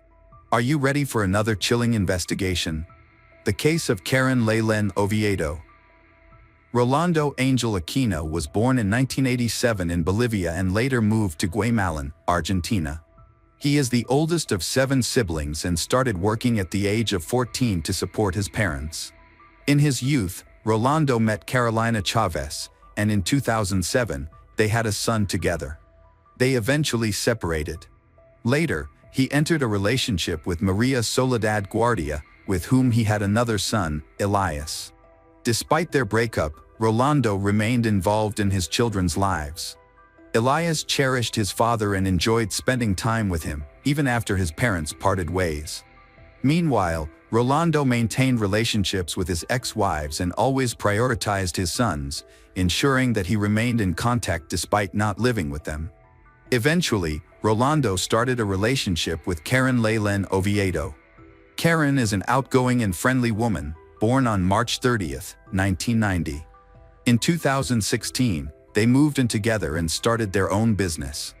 Besides running a business with Karen, Rolando also worked at a market that specialized in wholesale fruit sales. To the neighbors, Rolando and Karen appeared loving and happy. However, it was clear that Karen was the dominant figure in their relationship. Someone once shared that Rolando had caught her in a car with her lover and reacted violently, almost destroying the vehicle. Despite this incident, things eventually calmed down, and he forgave her. Based on their social media photos, the two seemed to share genuine affection and enjoyed being together. Before meeting Rolando, Karen already had 2 daughters. One of the fathers of her daughters is Raul Ojeda, whom she married in 2013. After a while, Raul left his family. He was originally the owner of a successful shoe store, earning a good income, while Karen worked at a clothing boutique. Over time, the family encountered financial difficulties, which made the atmosphere unbearable. Feeling threatened, he made the decision to leave. Pretending he needed to buy something, he secretly fled the city, traveled to another country, and intentionally changed buses multiple times until arriving in Paraguay. He made sure his movements were untraceable to the residents of Noto. Elias, the youngest son of Ronaldo and his ex-wife, frequently visits his father. They made it a point to spend the 2019 holidays together, which Elias greatly enjoyed. However, according to Karen, Elias was somewhat distant in his interactions with her and her family. In the summer of 2019, Elias went to see Rolando and Karen again. At that time, the boy, who was 9 years old, was excited to turn all the plans he had discussed with his father into reality. On the morning of July 12, 2019, before heading to work, Rolando checked on Elias in his room to wish him good morning. He immediately noticed the boy was unwell and decided to take him to a children's hospital. After doctors examined Elias, it became clear that his condition was critical and required urgent care in the intensive care unit. Despite the doctor's efforts, young Elias passed away after hours in a coma. Relatives revealed that Elias had left home without showing any unusual symptoms and arrived at his father's house appearing healthy. However, the medical report stated that he succumbed to third-degree poisoning, which led to multiple organ failure and cerebral thrombosis. Since his medical records showed he was a healthy boy, doctors requested an additional forensic examination. Nevertheless, Elias's mother and grandmother refused the procedure, considering it too harsh for the deceased. Karen suggested cremation but then decided against it. She chose to bury Elias in a private cemetery, where she could visit and leave flowers. Rolando, devastated by his son's death, gradually healed as time went by. 16 months after the tragedy, he proposed to Karen, and the two married. Unfortunately, their happiness was short-lived. On February 7, 2022, 35-year-old Rolando suddenly fell ill. He experienced severe vomiting before losing consciousness in his living room. Emergency services were called immediately. Karen opened the door to let the medical team in, and they found Rolando still lying on the floor. After regaining consciousness, Rolando was transported to the Santa Maria Clinic via ambulance, although another account suggests Karen herself drove him to the hospital. Despite the doctor's best efforts to save Rolando, he did not survive and passed away on February 9. The cause of death was determined to be severe poisoning. His sudden and unexpected death brought up many questions. Given that Rolando was healthy and regularly participated in sports, the medical staff interviewed his wife to gather more information. When asked if Rolando was taking any medications, Karen replied that he was. She said that her husband had been taking a medication to lighten dark spots on his skin. However, this information causes experts to be skeptical. Test results showed abnormally high levels of oxalate and calcium crystals in Rolando's body, which are classic signs of ethylene glycol poisoning, a key ingredient commonly found in car antifreeze. Given the unusual circumstances of Rolando's death and concerns raised by his family, authorities stepped in to investigate further. They ordered various forensic tests and interrogated Karen, who provided conflicting statements during questioning. As a result, she was detained for the investigation, and her phone was confiscated. Rolando's death deeply affected those close to him, including his friends and teammates. The news also shocked others in the community, including visitors to the warehouse, Raul, and local residents. People found it difficult to understand how a seemingly healthy man could pass away so suddenly and unexpectedly. Raul, Karen's ex-husband, was shocked when rumors began circulating about deliberate poisoning. He described Karen as affectionate and nonviolent during their marriage. Investigators questioned Karen about the substance she gave Rolando, and she claimed it was a remedy for skin spots, administered with a dropper. When asked to provide the bottle, Karen stated that their housekeeper had already discarded it. However, the housekeeper, Claudia Cortez, contradicted Karen, asserting she hadn't disposed of the bottle. Claudia also mentioned overhearing a conversation where Rolando told Karen he disliked what she was giving him. The prosecutor's office initiated an investigation to gather information in Karen's household neighborhood. Neighbors reported seeing Karen repeatedly administering medications to her husband. Doubts were raised about the circumstances surrounding Rolando, prompting investigators to consider that Karen may have intended only to temporarily sedate her husband, rather than harm him. However, the Department for Technological Crimes dismissed this theory based on their findings. After examining Karen's phone, investigators discovered that she had searched for queries such as "what is the deadliest poison?" and "how to delete search history."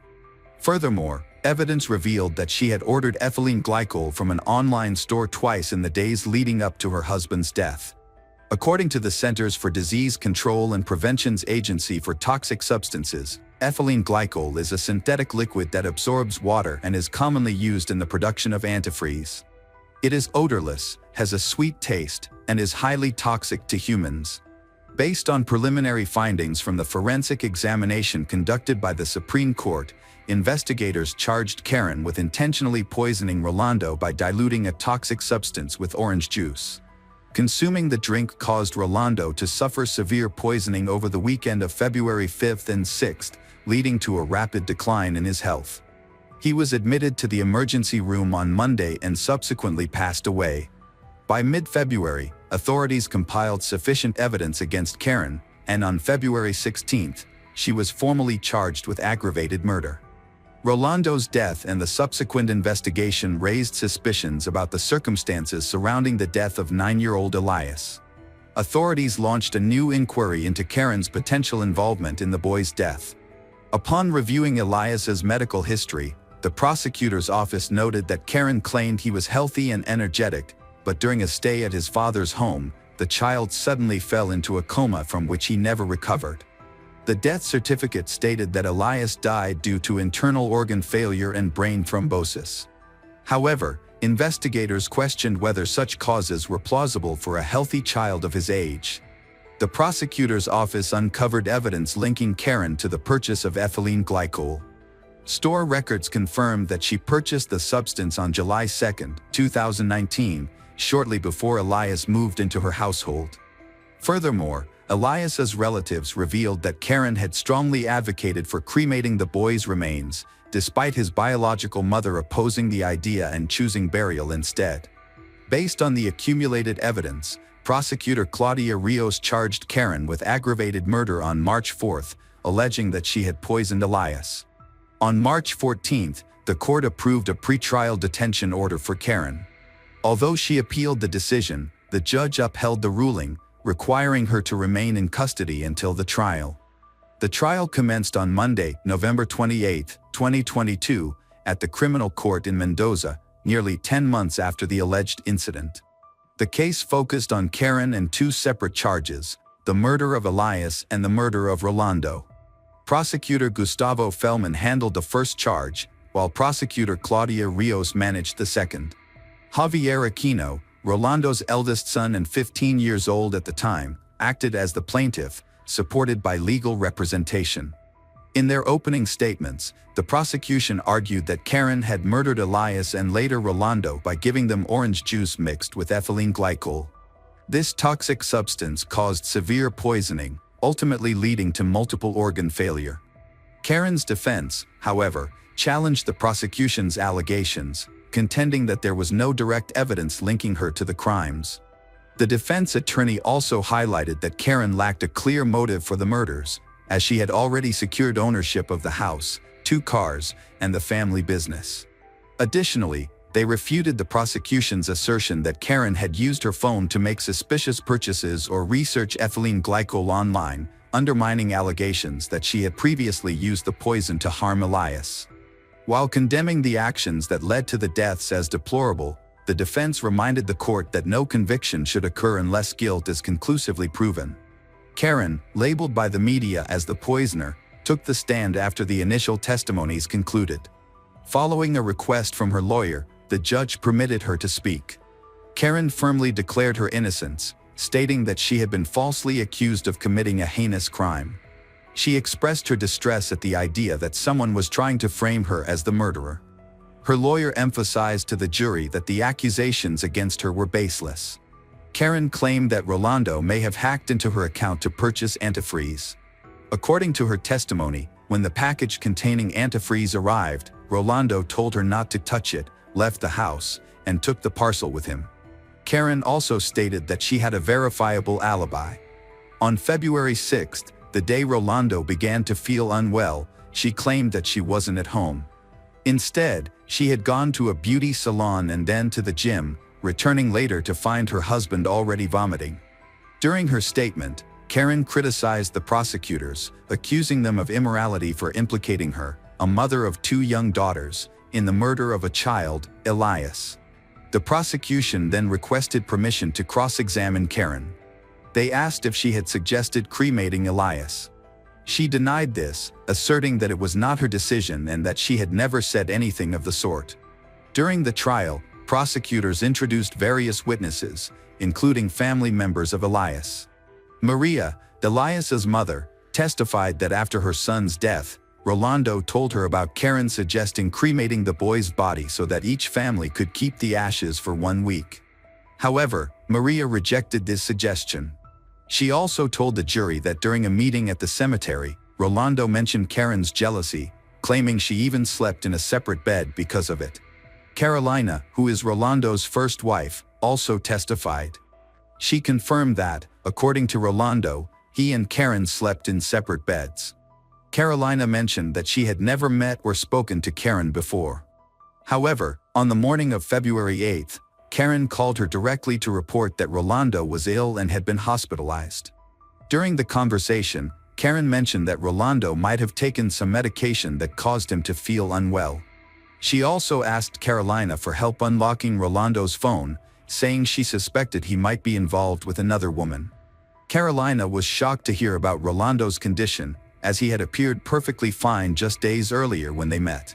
She explained that when they arrived at the clinic, Karen went ahead to speak with the doctors, while she was asked to wait outside because she was not allowed to enter.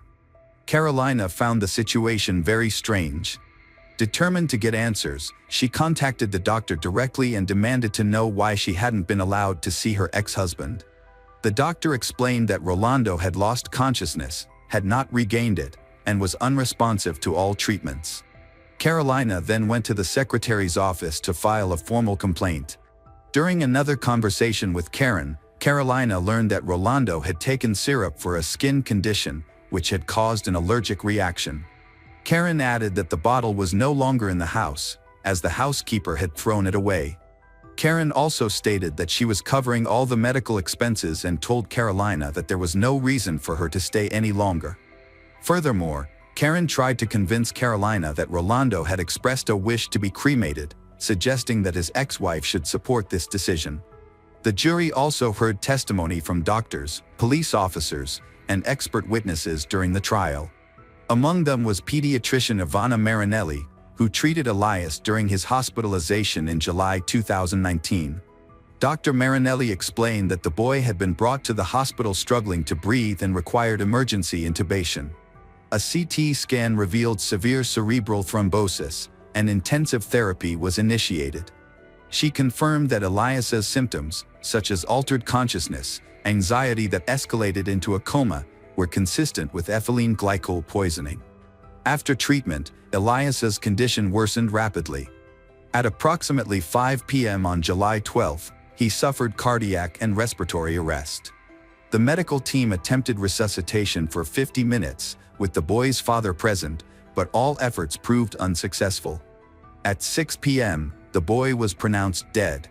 During the trial, the prosecutors presented the jury with a psychological report about Karen, based on Dr. Hayes' observations. Defense attorney Luis Torres argued that Karen had lied and concealed the truth. She painted Karen as someone who attempted to appear virtuous but was, in reality, unemotional, cruel, and uncooperative. The debate persisted while prosecutor Gustavo Fellman shared further details. Gustavo read from Karen's psychiatric report, highlighting the doctor's assessment of her relationships as being self-serving and primarily aimed at personal gain. The report also noted that Karen underwent a psychological evaluation shortly after the death of her husband, Rolando. However, she showed no signs of distress or emotional trauma over the loss. Describing Karen's personality, Gustavo stated that she was highly self-centered, concealed her negative attitudes toward others, exhibited overly controlled hostility, and harbored suppressed impulsive behaviors. There was no evidence to support Karen's claim of being a victim of gender-based violence.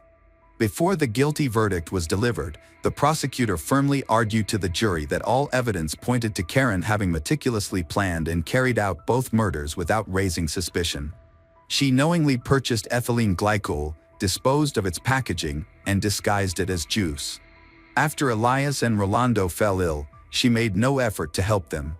Instead, she attempted to destroy evidence and portrayed herself as a victim.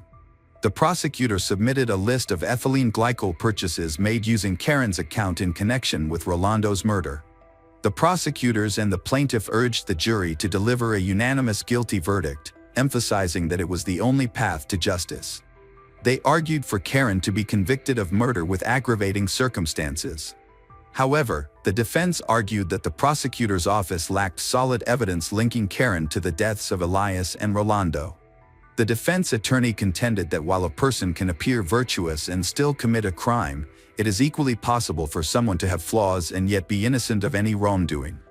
The defense acknowledged that they could not present evidence that fully absolved Karen. Consequently, on December 1, 2022, the 12 members of the jury found Karen Leyland Oviedo guilty of murder in the death of Elias. She was also convicted of Rolando's death under aggravating circumstances, having used a treacherous method. Karen, dressed in black and wearing a white rosary around her neck, showed no emotion as the verdict was read. She was sentenced to life imprisonment. Following the verdict, the defense attorney questioned the jury's ability to make an impartial decision, arguing that they lacked legal expertise and a thorough understanding of the evidence. He also criticized the judicial process in Argentina, claiming it differs significantly from that in the United States and other developed countries with stronger legal safeguards. Despite these objections, Karen is now acknowledged as one of Argentina's most notorious criminals for poisoning Elias and Rolando. Although Karen was convicted, it does little to ease the sorrow of Rolando's and Elias's relatives. It remains unclear why Karen, a mother of two, took the lives of her loving and faithful husband and their son, who had his entire future ahead of him. Karen, the calculated poisoner, tried to evade justice. Had she succeeded in convincing authorities to cremate the bodies, she might have received a lighter sentence or even eventual release. The exact motive behind her actions has never been revealed. The families of Rolando and Elias still seek answers, but they may never find them, as Karen has never admitted guilt. Despite seemingly having a perfect life, a house, a car, financial stability, and an income higher than her husband's, she committed this shocking crime. She never took out life insurance on her husband, which makes her actions all the more perplexing. Now, she faces a life sentence behind bars.